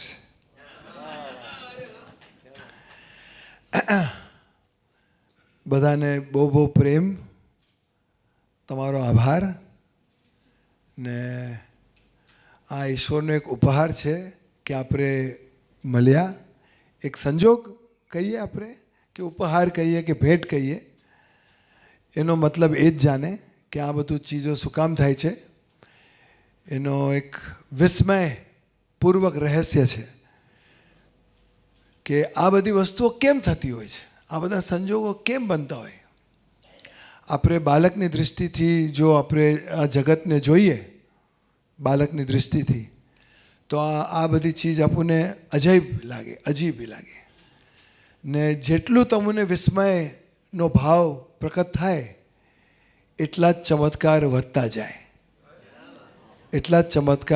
જાય, ઇંગ્લિશમાં એમ કહેવાનું છે કે with the eyes of a bewildered child filled with innocence, if you keep just wondering as to how the coconut water so sweet climbs up 200 feet,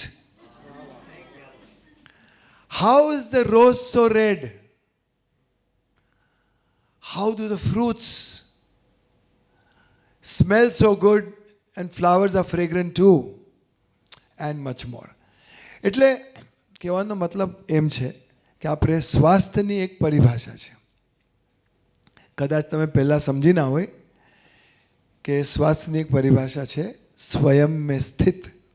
સ્થિરતા કહીએ ને આપણે, स्वयं में स्थित, स्वयं में उपस्थित, स्वयं में होना, स्वयं को होने देना, स्वयं का स्वामी बनना, स्वयं में स्वतंत्र बनना, स्वतंत्रता का स्वामी बनना, अंतर्यामी बनना, ऊर्ध्वगामी बनना.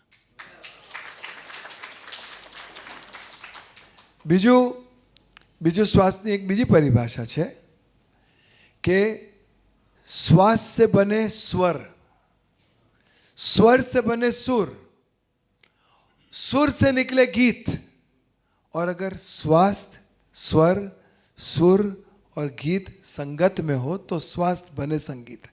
એટલે તમને તમારા જીવનમાં સ્વાસ્થ્યનું સંગીત ની ઉપલબ્ધિ કરવી હોય તો ધ્યાન, સાધના, પ્રાણાયામ, વ્યાયામ આ બધી ચીજની પ્રેક્ટિસ કરો. એટલે થાય શું કે આપણે વિદ્યુત કહીએ ને, વિદ્યુત એટલે ઇલેક્ટ્રિસિટી. તો આ આખું જગત વિદ્યુતની એક જાલ છે ને વિદ્યુતની જાલમાં તમે તમારું જો મન લગાડો તો તેમાંથી એક તમે ધ્વનિ બહાર ખેંચીને કાઢી શકો ને તે ધ્વનિના 7 સૂર જો તમે મલાવો તો તમારી your organic unity with the cosmic unity becomes one. આપણે એકજૂથ થઈએ, આપણે કેવલ્યની અવસ્થા એને કહીએ. હા, કેવલ્યની અવસ્થા આપણે એને કહીએ. બીજું, મન સૌથી મોટો રાક્ષસ છે, ખબર છે? મન સૌથી મોટો રાક્ષસ છે. મનની પહેલાં, મનુષ્યની પહેલાં મનનો પુત્ર કોણ? મનુષ્ય. સો મનુષ્યની પહેલાં શું હોય છે? પશુ. ને મનુષ્યની પછી શું હોય છે? પુરુષ. તો મનુષ્ય વચમાં લટકે છે, ના એક સેતુ પર અટકેલો છે. શું કામ? કારણ કે जो मन का मारा वो मनुष्य, जो प्रकृति से पूरा होता है वो पूरक होता है, जो पूरक होता है वो पुरुष होता है, जो पुरुष होता है शायद पुरुष उत्तम होता है और वही पुरुषोत्तम राम होता है. और मैं सिर्फ उस राम की बात नहीं कर रहा हूँ जो अयोध्या में आए थे, मैं उस राम की बात कर रहा हूँ, रामा की, जिसको उल्टा करो तो अमर होता है. रामा अमर. और जब अमृत की धारा सहस्त्रा से लेके मूलधार तक का सफर करती है तो कृष्णा की राधा बन के लौट आती है.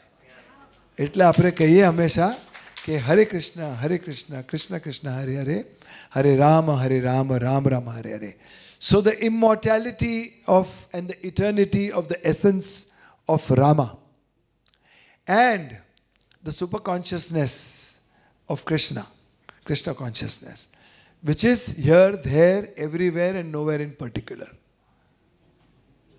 Tattvamasi, Soham, Aham Brahmasmi. આ બધા જો આપણે શબ્દો સમજીએ તો આપણું સ્વાસ્થ્ય એકદમ જબરજસ્ત જબરું રહે. ને મારું જે કામ છે અત્યારે મારી સ્પેશિયાલિટી 45 વર્ષ થયા આ કામ કરતા ને હજુ બી 45 જેવો જ લાગુ છું. પીસાઈ નથી ગયો 45 વર્ષમાં પીસાઈ નથી ગયો, કારણ કે પીસાવાનું કે નહીં પીસાવાનું એ આપણી ચોઈસ છે કે નહીં? એટલે કહું છું કે આપણે જીવન ચુનાવનું જઈએ એટલે લાઈફ ઓફ ચોઈસ ને સજગતા, જાગૃતિ, દ્રષ્ટા, સાક્ષીપૂર્વક એનું જો જીવન જીવતા હોઈએ તો જીવન સ્વચ્છ ને સ્વસ્થ બની શકે છે, क्योंकि स्वास्थ्य में आस्था छुपी हुई है. स्वास्थ्य में आस्था छुपी हुई है. अरे सर, हाउ आर यू? अरे इज माई क्लाइंट. आप फोन में मुंह छुपा रहे हो कि मेरा वीडियो ले रहे हो? अच्छा अच्छा अच्छा, हिमांशु को भेजना है. तो અમે જે કામ કરીએ છીએ અમે લગભગ મેડિકલ સાયન્સ જોડે મળીને therapies are better than treatment. Therapies are better than treatment. Invest in therapies today so that you save on ICU cost later. Death and disease are a disgrace to mankind. Disease and death should not happen with disease, and the human should never die. A human can, કેટલા જૈન છો અહીંયા? સંથારો? હા, સંથારાનું જીવન હોય ને એટલે શું, તમે 84 વર્ષના થયા, 12 વર્ષ સૂર્યની એક સાયકલ હોય છે, એવી 7 સાયકલ તમે કાઢો તો 84 વર્ષ થાય. 84 વર્ષનું જીવન એકવાર પૂરું થાય તો તમને લાગે કે આપણે જે કાર્ય, જે કીર્તિ માટે, જે કર્મ, જે ધર્મ માટે અમને અહીંયા મોકલ્યા હતા એ પૂરું થયું. હવે હું આ શ્વાસ લઉં એ બી વેસ્ટ, ને મારું કાર્બન ડાયોક્સાઇડ ધરતી પર બોજ કરીને આપું એ બી વેસ્ટ છે કે નહીં? એનાથી પોલ્યુશન થાય. તો આપણે શું કરવું જોઈએ?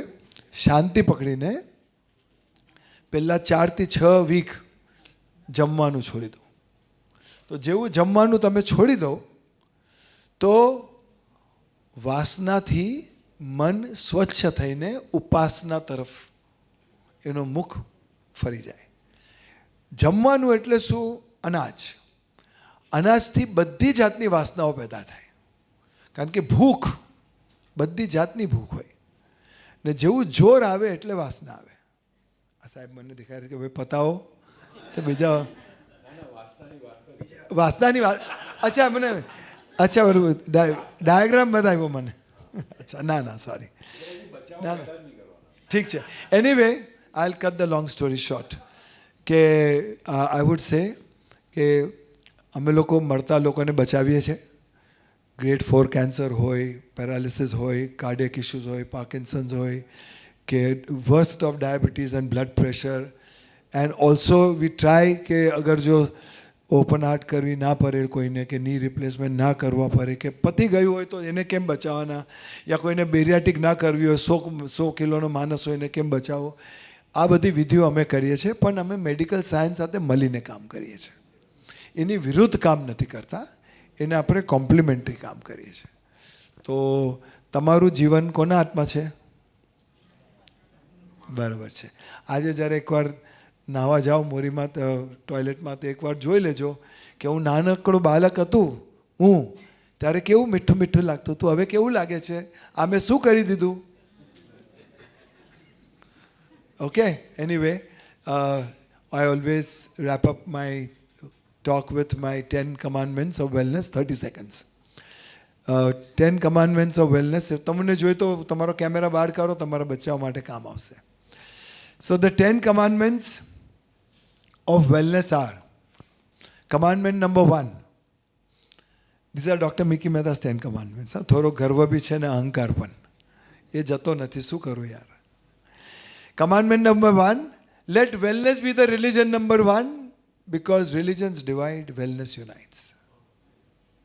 Commandment number 2, join a wellness revolution for human evolution and not just to lose weight from the stomach and the hips. That's very frivolous. Commandment number 3, the best exercise for strong biceps is to uplift the poor. Commandment number 4, the best exercise for strong shoulders is to take the responsibility of the underprivileged. Commandment number 5, the best exercise for strong legs is to be rooted in humility, to be better rooted in humanity. Commandment number 6, sleep every night with a wish to heal yourself and wake up every morning with a promise to heal the world, and then you can get energized, maximized, optimized, naturalized, internalized, eternalized, revolutionized, evolutionized, regularized, revitalized, humanized, immunized. With Utkarsh, you can get hypnotized. With Mickey Mehta, you can get mesmerized. And everybody gets Mickey-mized.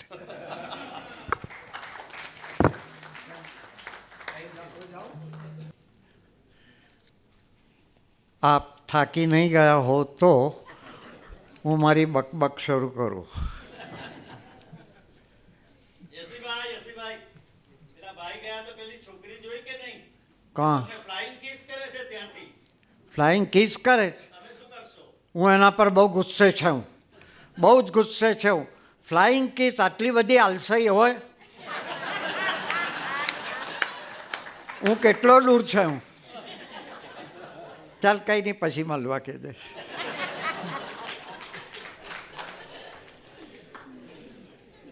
This is our Parsi Gujarati. આજે ત્રીજા દિવસની શુભ સંધ્યાએ ફાબર્સ ગુજરાતી સભા મુંબઈ એ આયોજિત આ પારસી પર્વ બેઠકમાં તેના આત્મા સમા માનનીય મુરબ્બી ડૉક્ટર સિતાંશુજી, એમની છત્રછાયામાં ગુજરાતી ભાષાની ચિંતા કરવા આપણે મહારાષ્ટ્રમાં ભેગા થયા છીએ.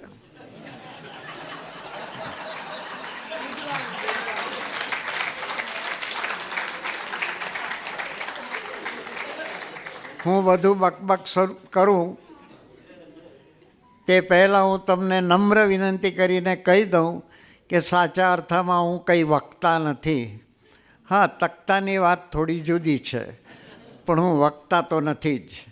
વેલ માય ડિયર, આજે એક અનોખા કાર્યક્રમમાં એક અનોખી સભાના અધ્યક્ષ માનનીય મુરબ્બી ઉત્કર્ષજી મજમુદાર, જેઓ મારા પરમ મિત્ર છે. દુશ્મન કહેવા જતો તો રહી ગયો. પરમ મિત્ર છે, પોતે જ એક મહાન કલાકાર છે, સારા ગાયક છે.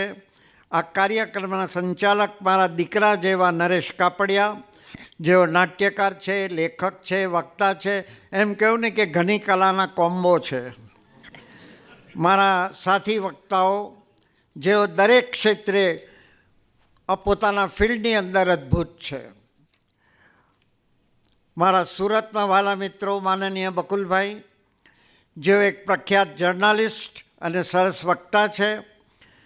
મારા રાજનભાઈ, જેઓ માનનીય સિતાંશુજી અને અમને જોડતી એક અદ્ભુત કડી છે, એ વન્ડરફુલ પર્સનાલિટી.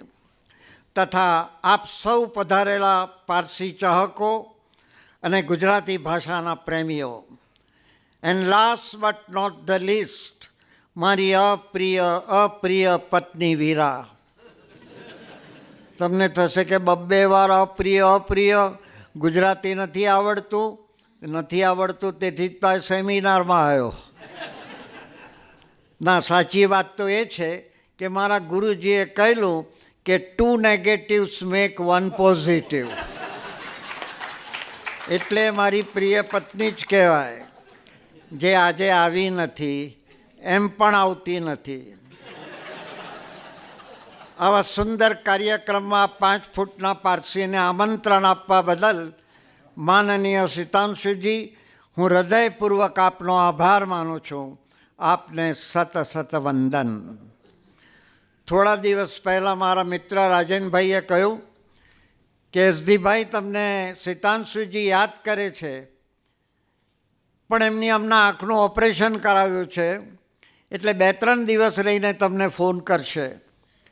2 દિવસ પછી મને જ થયું કે ના, મારે જ પહેલે ખબર પૂછવી જોઈએ. એટલે મેં સિતાંશુજીને ખબર પૂછી કે સાહેબ કેમ છે આંખને હવે? તો he was in a very good mood, very jovial mood. મને કે આંખ બહુ સરસ થઈ ગઈ, પહેલે કરતાં ચકમક ને ઝગમગ દેખાવા માંડ્યું, ખૂબ સુંદર બધું દેખાવે છે. મેં કહ્યું સાહેબ બધું કામ છોડી દઉં ને પહેલે ચોપાટી પર જાઓ, ત્યાં તમને બધું વધારે ચકમક ઝગમગ ને બધું જ દેખાશે. આ કાર્યક્રમ પછી અમે જવાના જ છીએ.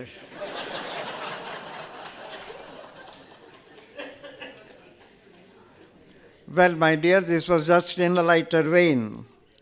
મને સાહેબે એમ પણ કહેલું કે એસડીભાઈ, ભાભીજીને જરૂર લેતા આવજો. કોની ભાભી તેનો ઉલ્લેખ જ નહીં કર.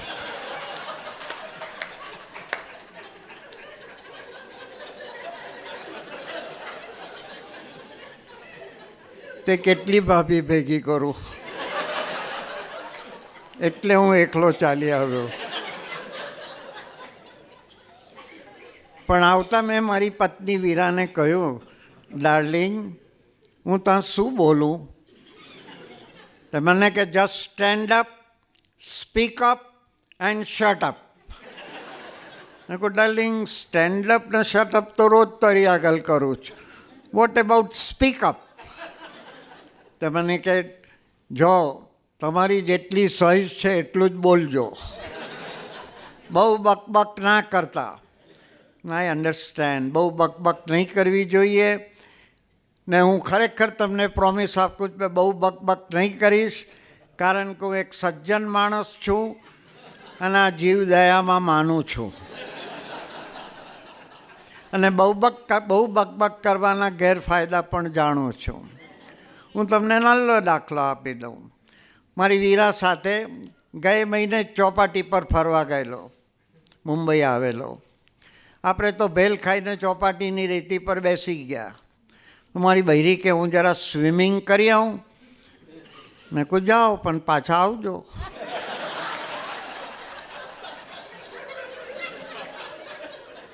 સ્વિમિંગ કરવા ગઈ, થોડી વારમાં દોડતી પાછી આવી. બાપરે, બહુ વેવ્સ છે, બહુ પાણી છે, બહુ તરંગ છે, બહુ હવા છે, હું તો ડૂબતી બચી ગઈ. પણ સોરી ડાર્લિંગ, મારો સોનાનો નેકલેસ ને અછોડો પાણીમાં ડૂબી ગયો. તે મેં એની દયા ખાધી. કંઈ નહીં ડાર્લિંગ, ભારીને કિંમતી ચીજ ડૂબી જાય, હલકીને નકામી ચીજ તરીને બહાર આવી.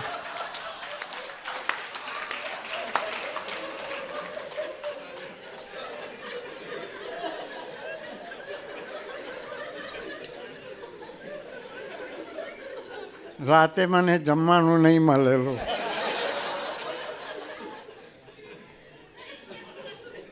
તેથી જલ્દી અહીંયા ચાલી આવ્યો sir. Well my dear friends, this was just in a very lighter vein. કારણ કે મને તમારા ખૂબસૂરત ચહેરા બસ ખાલી હસતા જોવા જ બહુ ગમે છે. I don't like serious faces.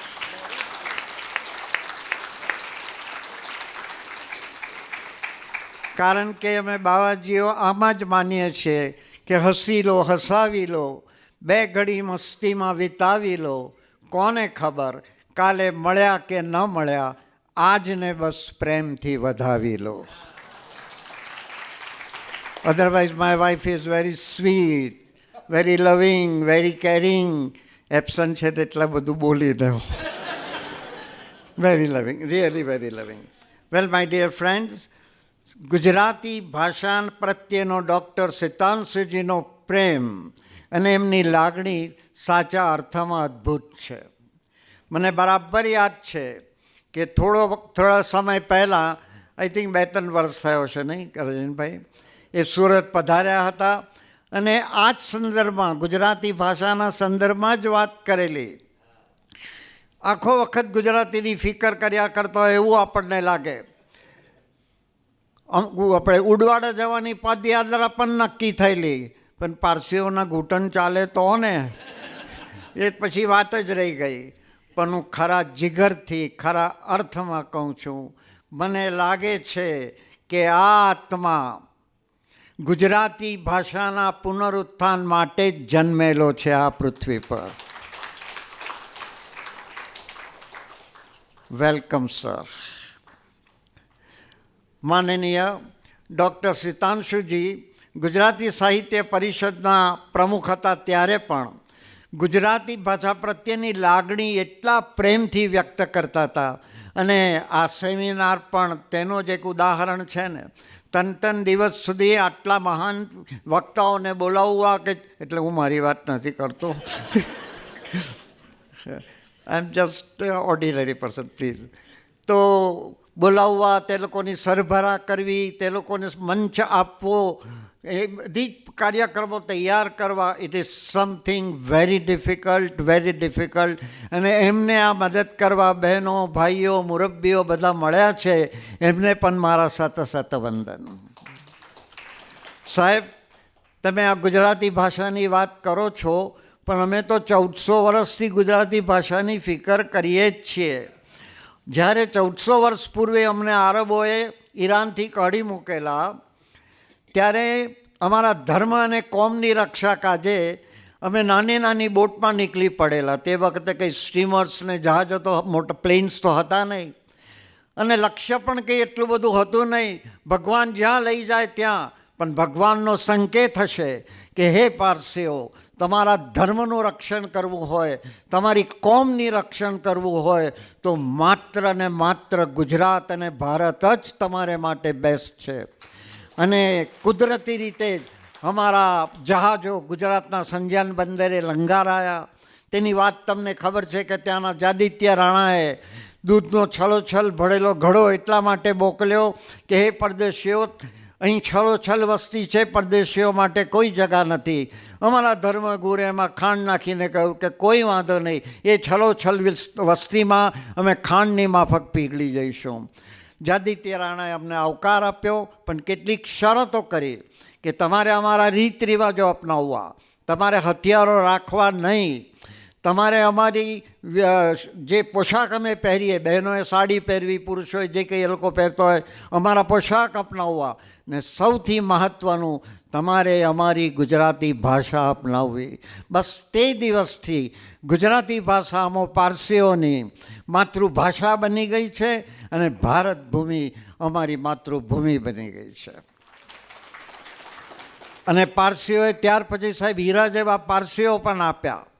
Dadabhai Naoroji, madam Bhikaiji Cama, sir Firoz Shah Mehta, field marshal Manekshaw, Nani Palkhivala, તાતા, ગોદરેજ, અને લિસ્ટ બહુ લાંબુ થઈ જાય સાહેબ. એટલા બધા પારસીઓ આપ્યા, કારણ કે સાહેબ અમે ધર્મે પારસી છીએ, સંસ્કારે ગુજરાતી છીએ, પણ કર્મે પૂરેપૂરા હિન્દુસ્તાની છીએ. સાહેબ, પારસીઓએ ગુજરાતી ભાષા માટે બીજું પણ કંઈક કર્યું. 1811માં જીજીભાઈ બેરામજી છાપગરે ગુજરાતી ભાષાના પહેલાં બીબા બનાવેલા પ્રિન્ટિંગ માટે. 1822ની અંદર હમણાં સાહેબ બોલી ગયા તેમ ફરદુનજી મરઝબાને ગુજરાતી ભાષાનું પ્રથમ અખબાર મુંબઈ સમાચાર બહાર પાડ્યું, ફરદુનજી મરઝબાને. 1831માં સાહેબ એ જ ફરદુનજી મરઝબાને ગુજરાતી પંચાંગ બહાર પાડ્યું. પછી 1853 કે 57 વર્ષ ભૂલી ગયો, ઓક્ટોબર માસની અંદર દાદાભાઈ નવરોજીના પરામર્શથી ફરામજી દલાલે રંગભૂમિનું પહેલું નાટક રજૂ કર્યું. પહેલી રંગભૂમિ શરૂ કરનાર પારસીઓ હતા. હા, તે પહેલાં ભવાઈ સ્વરૂપે તો બધું ભજવાતું હતું, પણ પારસીઓએ નાટક રંગભૂમિ શરૂ કરી. એટલું જ નહીં, પણ સાહેબ અન્ય મંડળીઓ પણ ત્યાર પછી આવી, પણ પ્રાચીન કાળના ભીષ્મ પિતા કહેવાયા કાબરાજી, કયા કાબરાજી? યસ, કાબરાજી. અને અર્વાચીન કાળના ભીષ્મ પિતા કહેવાયા આપણા અદી મરઝબાન, આપણા પ્રવીણ જોશી, અને ત્યાર પછી તો ઘણા વડીલોએ નવી રંગભૂમિ પર કમાલ કરી બતાવી છે. સાહેબ, 1400 વર્ષ પહેલે અમે જ્યારે બોટમાં આવેલા ત્યારે આટલા અમથા હતા, પછી 1 લાખ થયા. આજે એવું કહેવાય છે કે અમારી વસ્તી 45,000 કે 50,000ની છે. હું ભારતની વાત કરું છું. અને એવું સેન્સસ છે કે 2030ની અંદર અમારી વસ્તી ખાલી 30,000 થઈ જવાની છે. પણ સાહેબ, હું તમને ખાતરી આપીને કહું છું, આપ સૌને ખાતરી, પારસીઓ વતી ખાતરી આપીને કહું છું કે અમે આ પૃથ્વી પરથી નાશ પામવાના નથી. We are not going to vanish. જ્યાં સુધી છેલ્લો પારસી જીવતો રહેશે ત્યાં સુધી ગુજરાતી ભાષા અને ગુજરાતી રંગભૂમિ માટે શક્ય એટલું કરી છૂટવા તૈયાર છે. એની પણ હું તમને સાહેબ પૂરી ખાતરી આપું છું. મારા સ્વર્ગસ્થ પિતાજીએ ગુજરાતી શોર્ટહેન્ડની શોધ કરેલી. હી ઇન્વેન્ટેડ ગુજરાતી શોર્ટહેન્ડ ઇન 1966. અને કમનસીબે એમને આખી ચોપડી તૈયાર થઈ, પણ એ પૂરી થયેલી જોવા, પોતાના બાળકને જોવા એ આ પૃથ્વી પર નહીં રહેલા. પણ મારા પિતાજીએ આ રીતે ગુજરાતી ભાષાની સેવા કરેલી. હી ઇન્વેન્ટેડ ગુજરાતી શોર્ટહેન્ડ. ત્યાર પછી અમે પણ દેશ વિદેશની અંદર નાટકો કર્યા. અને પારસી, સાહેબ પારસી ગુજરાતી તો બોલાય ખાલી, નાટક તો ગુજરાતી જ ને, અમારી બોલી જરા જુદી, એક્સેન્ટ જરા જુદી. એટલે ઘણા ગુજરાતી નાટકો દેશ વિદેશમાં કર્યા. અને રંગભૂમિને જીવતી રાખવા અમે પૂરતી કોશિશ કરી હતી, કરીએ છીએ અને સદા કરતા રહીશું. મારા કલાગુરુ અને માનસ પિતા ચંદ્રવદન ચિમનલાલ મહેતા સાથે અમે લગભગ 79થી 82 સુધીની અંદર 2.5 થી 3 વર્ષ સુધી રેડિયો નાટિકા તાપી તતે તાપીદાસને આખી સિરિયલ કરેલી, જે શહેરો ઉપરાંત ગામડાઓમાં પણ એ ખૂબ વખણાયેલી અને બહુ સારી રીતે સિરિયલ ચાલેલી. પણ એ પ્રક્રિયાની અંદર એ મારા કાકા હંમેશા મને બહુ પ્રેમ આપતા ને એટલી જ ગાળો પણ દેતા. વાંચતો નથી ગધેડો છે, લખતો નથી ગધેડો છે, સમજતો નથી ગધેડો. એટલી વાર 2.5 વર્ષમાં ગધેડો બોલ્યા કે પછી મને બી થવા લાગ્યું કે હું ખરેખર છું કોણ. પણ આરીસામાં જઈને જોયું ત્યારે આરીસાએ મને ખરું કહી દીધું, મિરરે મને ખરું કહી દીધું કે ના, તું યઝદી જ છે ને આપણે ગધેડો નથી કરેલો. 1 મિનિટ. આ સિરિયલ પૂરી થઈ ત્યાર પછી હું જરા ટૂંકાવી દઉં. વાલા મિત્રો, આ પૃથ્વી પર આપણે એક પરિવાર રૂપે આવ્યા છીએ. આપણે માનીએ છીએ ને કે ભગવાન એક છે, તો આપણે પરિવારના સભ્યો છીએ. તો પરિવારની પણ ભાષા છે. પરિવારની ભાષા એટલે પ્યારની ભાષા, સ્મિતની ભાષા, દિલની ભાષા. પરિવારની અંદર જો નાની નાની વસ્તુઓ બને ને, નાની કે મોટી ઘટના બને, તો પરિવારને ખાતર થોડું જોયા કરજો, થોડું જતું કરજો, થોડું જાતે કરજો. પરિવારની નાની બાબતને મોટી કરશો તો તમારો પરિવાર छिन्न भिन्न થઈ જશે. क्योंकि ज़िंदगी जीना इतना आसान नहीं है दोस्तों. ज़िंदगी जीना आसान बनाना पड़ता है. और वो कैसे? कुछ सब्र करके, कुछ बर्दाश्त करके और बहुत कुछ नज़रअंदाज करके. छेल्ली बात, अगर घर में पति जो समझदार हो तो मकान जल्दी बन जाता है. पत्नी भी समझदार हो तो ये मकान घर बन जाता है. अगर दोनों समझदार हो तो ये घर मंदिर बन जाता है. साथ में बच्चे भी समझदार हो तो ये घर स्वर्ग बन जाता है. और साथ में दादा दादी नाना नानी भी हो तो घर स्वर्ग से सुंदर बन जाता है. वेल, ભગવાનને શોધવા મંદિર કે મસ્જિદમાં જવાની જરૂર નથી. એ તમારા હૃદયમાં છે. તમારા હૃદયમાં નથી તો એ ક્યાંય નથી. અયોધ્યાના રામ મંદિરમાં પણ નથી. જય શ્રી રામ. છેલ્લી વાત, अपने पाप धोने के लिए महाकुंभ में जाने की ज़रूरत नहीं है. याद रखना, महाकुंभ में जाने की ज़रूरत नहीं है. अपने पाप एक के बाद एक अपनी पत्नी को बता दो, वो आपको घर में ही पूरा धो डालेगी।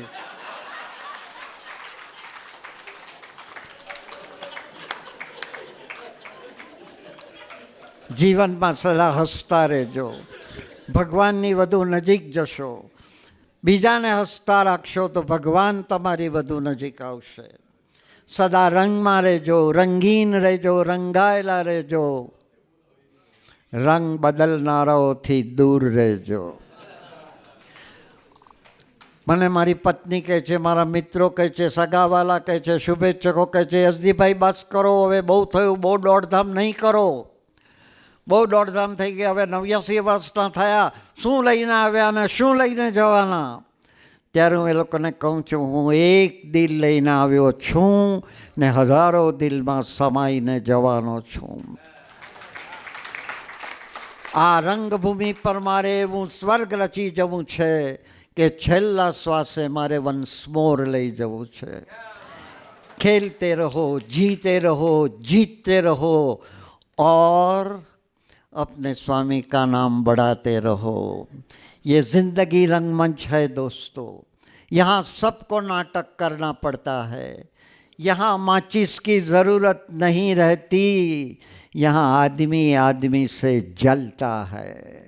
इसीलिए मैं कहता हूँ, ये जलना जलाना छोड़ो और हंसते रहो, गाते रहो, गुनगुनाते रहो, जिससे लोगों को पता न चले कि आप शादीशुदा हो.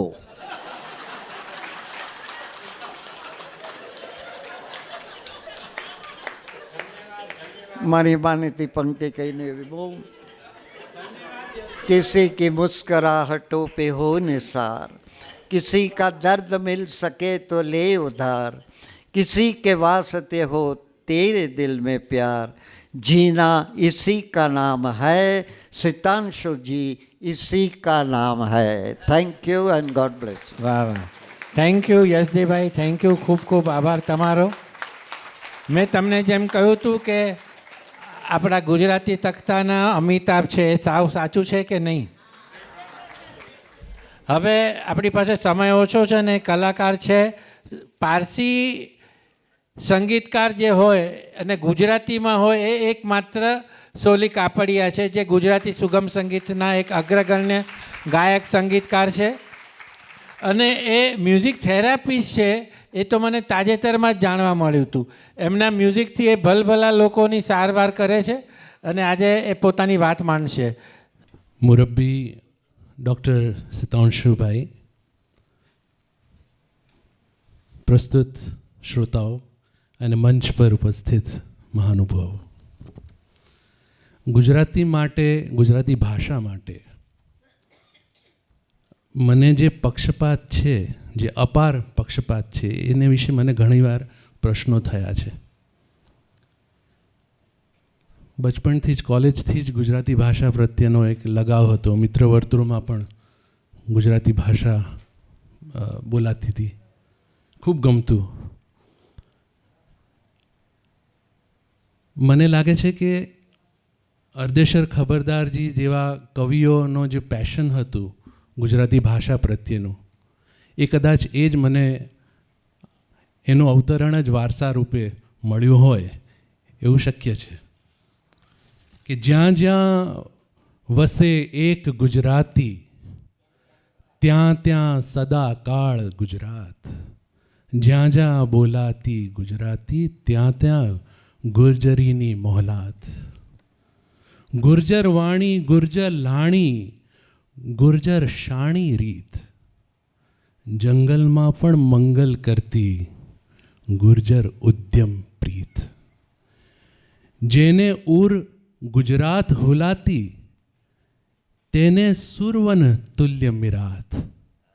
જ્યાં જ્યાં વસે એક ગુજરાતી, ત્યાં ત્યાં સદા કાળ ગુજરાત. આ ફરામજીના દીકરાજીએ જે આ ધમાલ કરી ને આટલું સુંદર ગુજરાતી ભાષા પ્રત્યે એમનો પ્રેમ દર્શાવ્યો, કદાચ એના જ રૂપે હું લખતો થયો હોઈશ, હું ગુજરાતી બોલતો થયો હોઈશ, ગુજરાતી ગાતો થયો હોઈશ. 40 વર્ષ ગુજરાતી ન્યૂઝપેપરમાં કટાર લખી કે લગભગ 100થી વધુ ગુજરાતી આલ્બમ્સ ગાઈ, એ પણ આનો જ કદાચ નિષ્કર્ષ હશે એવું માનું છું. આજે મને થાય છે કે આટલી સરસ ગુજરાતી સભા યોજાઈ છે તો એક લિટરલી વેરી વેરી રિચ પોએટ્રીનું મારું કમ્પોઝિશન હું રજૂ કરવા માગું છું. કવિ શ્રી રાજેન્દ્ર શુક્લની રચના છે અને એનાથી જ હું મારું આજનું સમાપન કરીશ.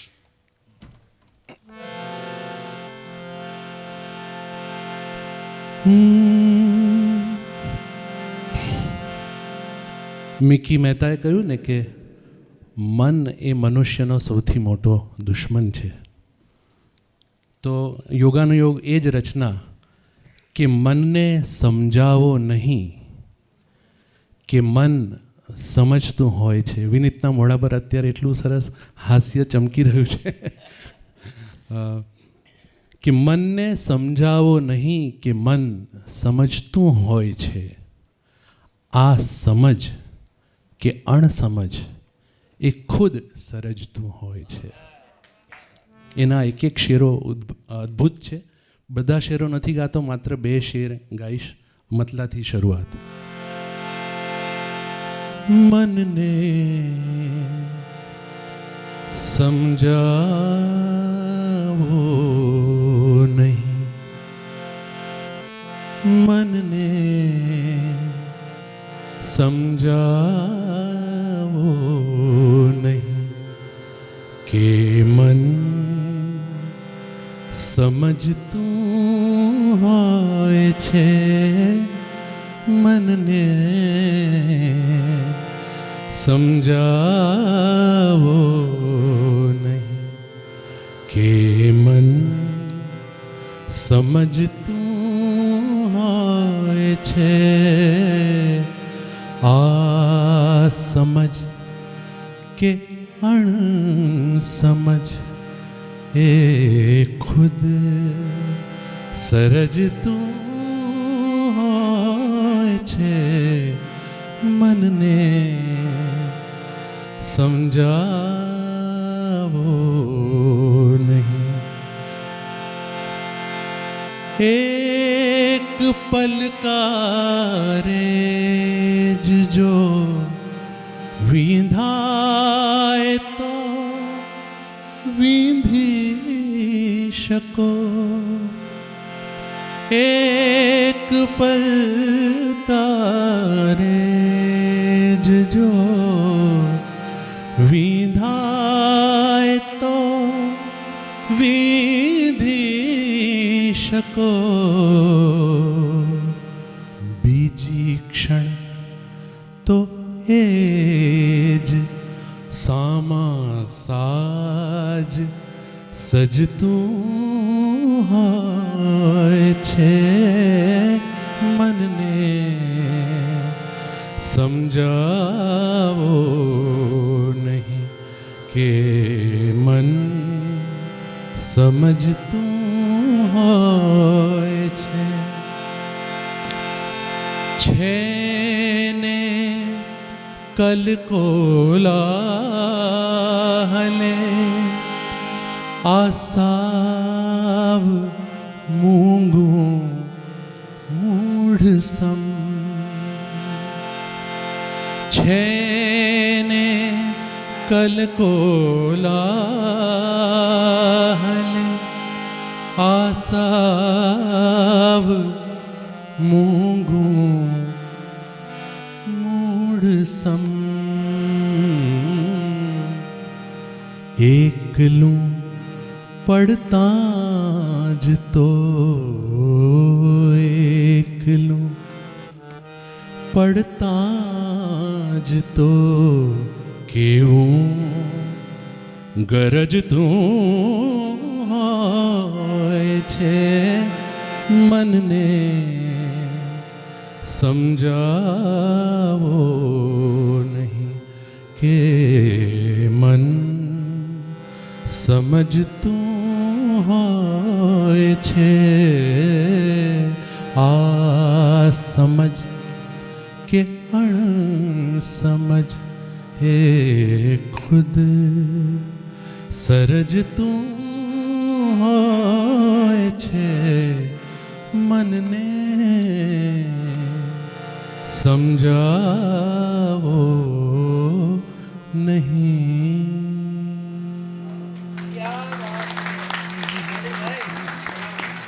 Thank you. ગુજરાતી સભાએ અને આપ સૌએ અહીંયા મને આમંત્રણ આપ્યું એ બદલ આપ સૌનો ખૂબ ખૂબ આભાર. આવી સભાઓ વારંવાર યોજાતી રહે. મને અહીંયા શૈદા સાહેબનો એક શેર યાદ આવે છે કે જનારી રાત્રિ જતાં કહેજે સલૂણી એવી સવાર આવે કળી કળીમાં સુવાસ મહેકે ફૂલો ફૂલોમાં બહાર આવે. જનારી રાત્રિ જતાં કહેજે ને તમારી મહેફિલની એ જ રંગત, તમારી મહેફિલની એ જ હલચલ, હજાર બેસે હજાર ઉઠે, હજાર જાય હજાર આવે.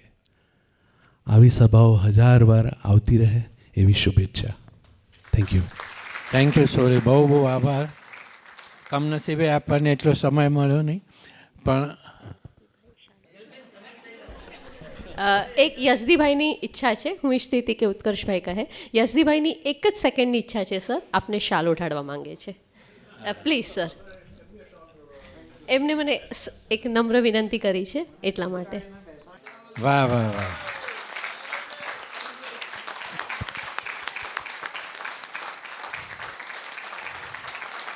વાહ વાહ.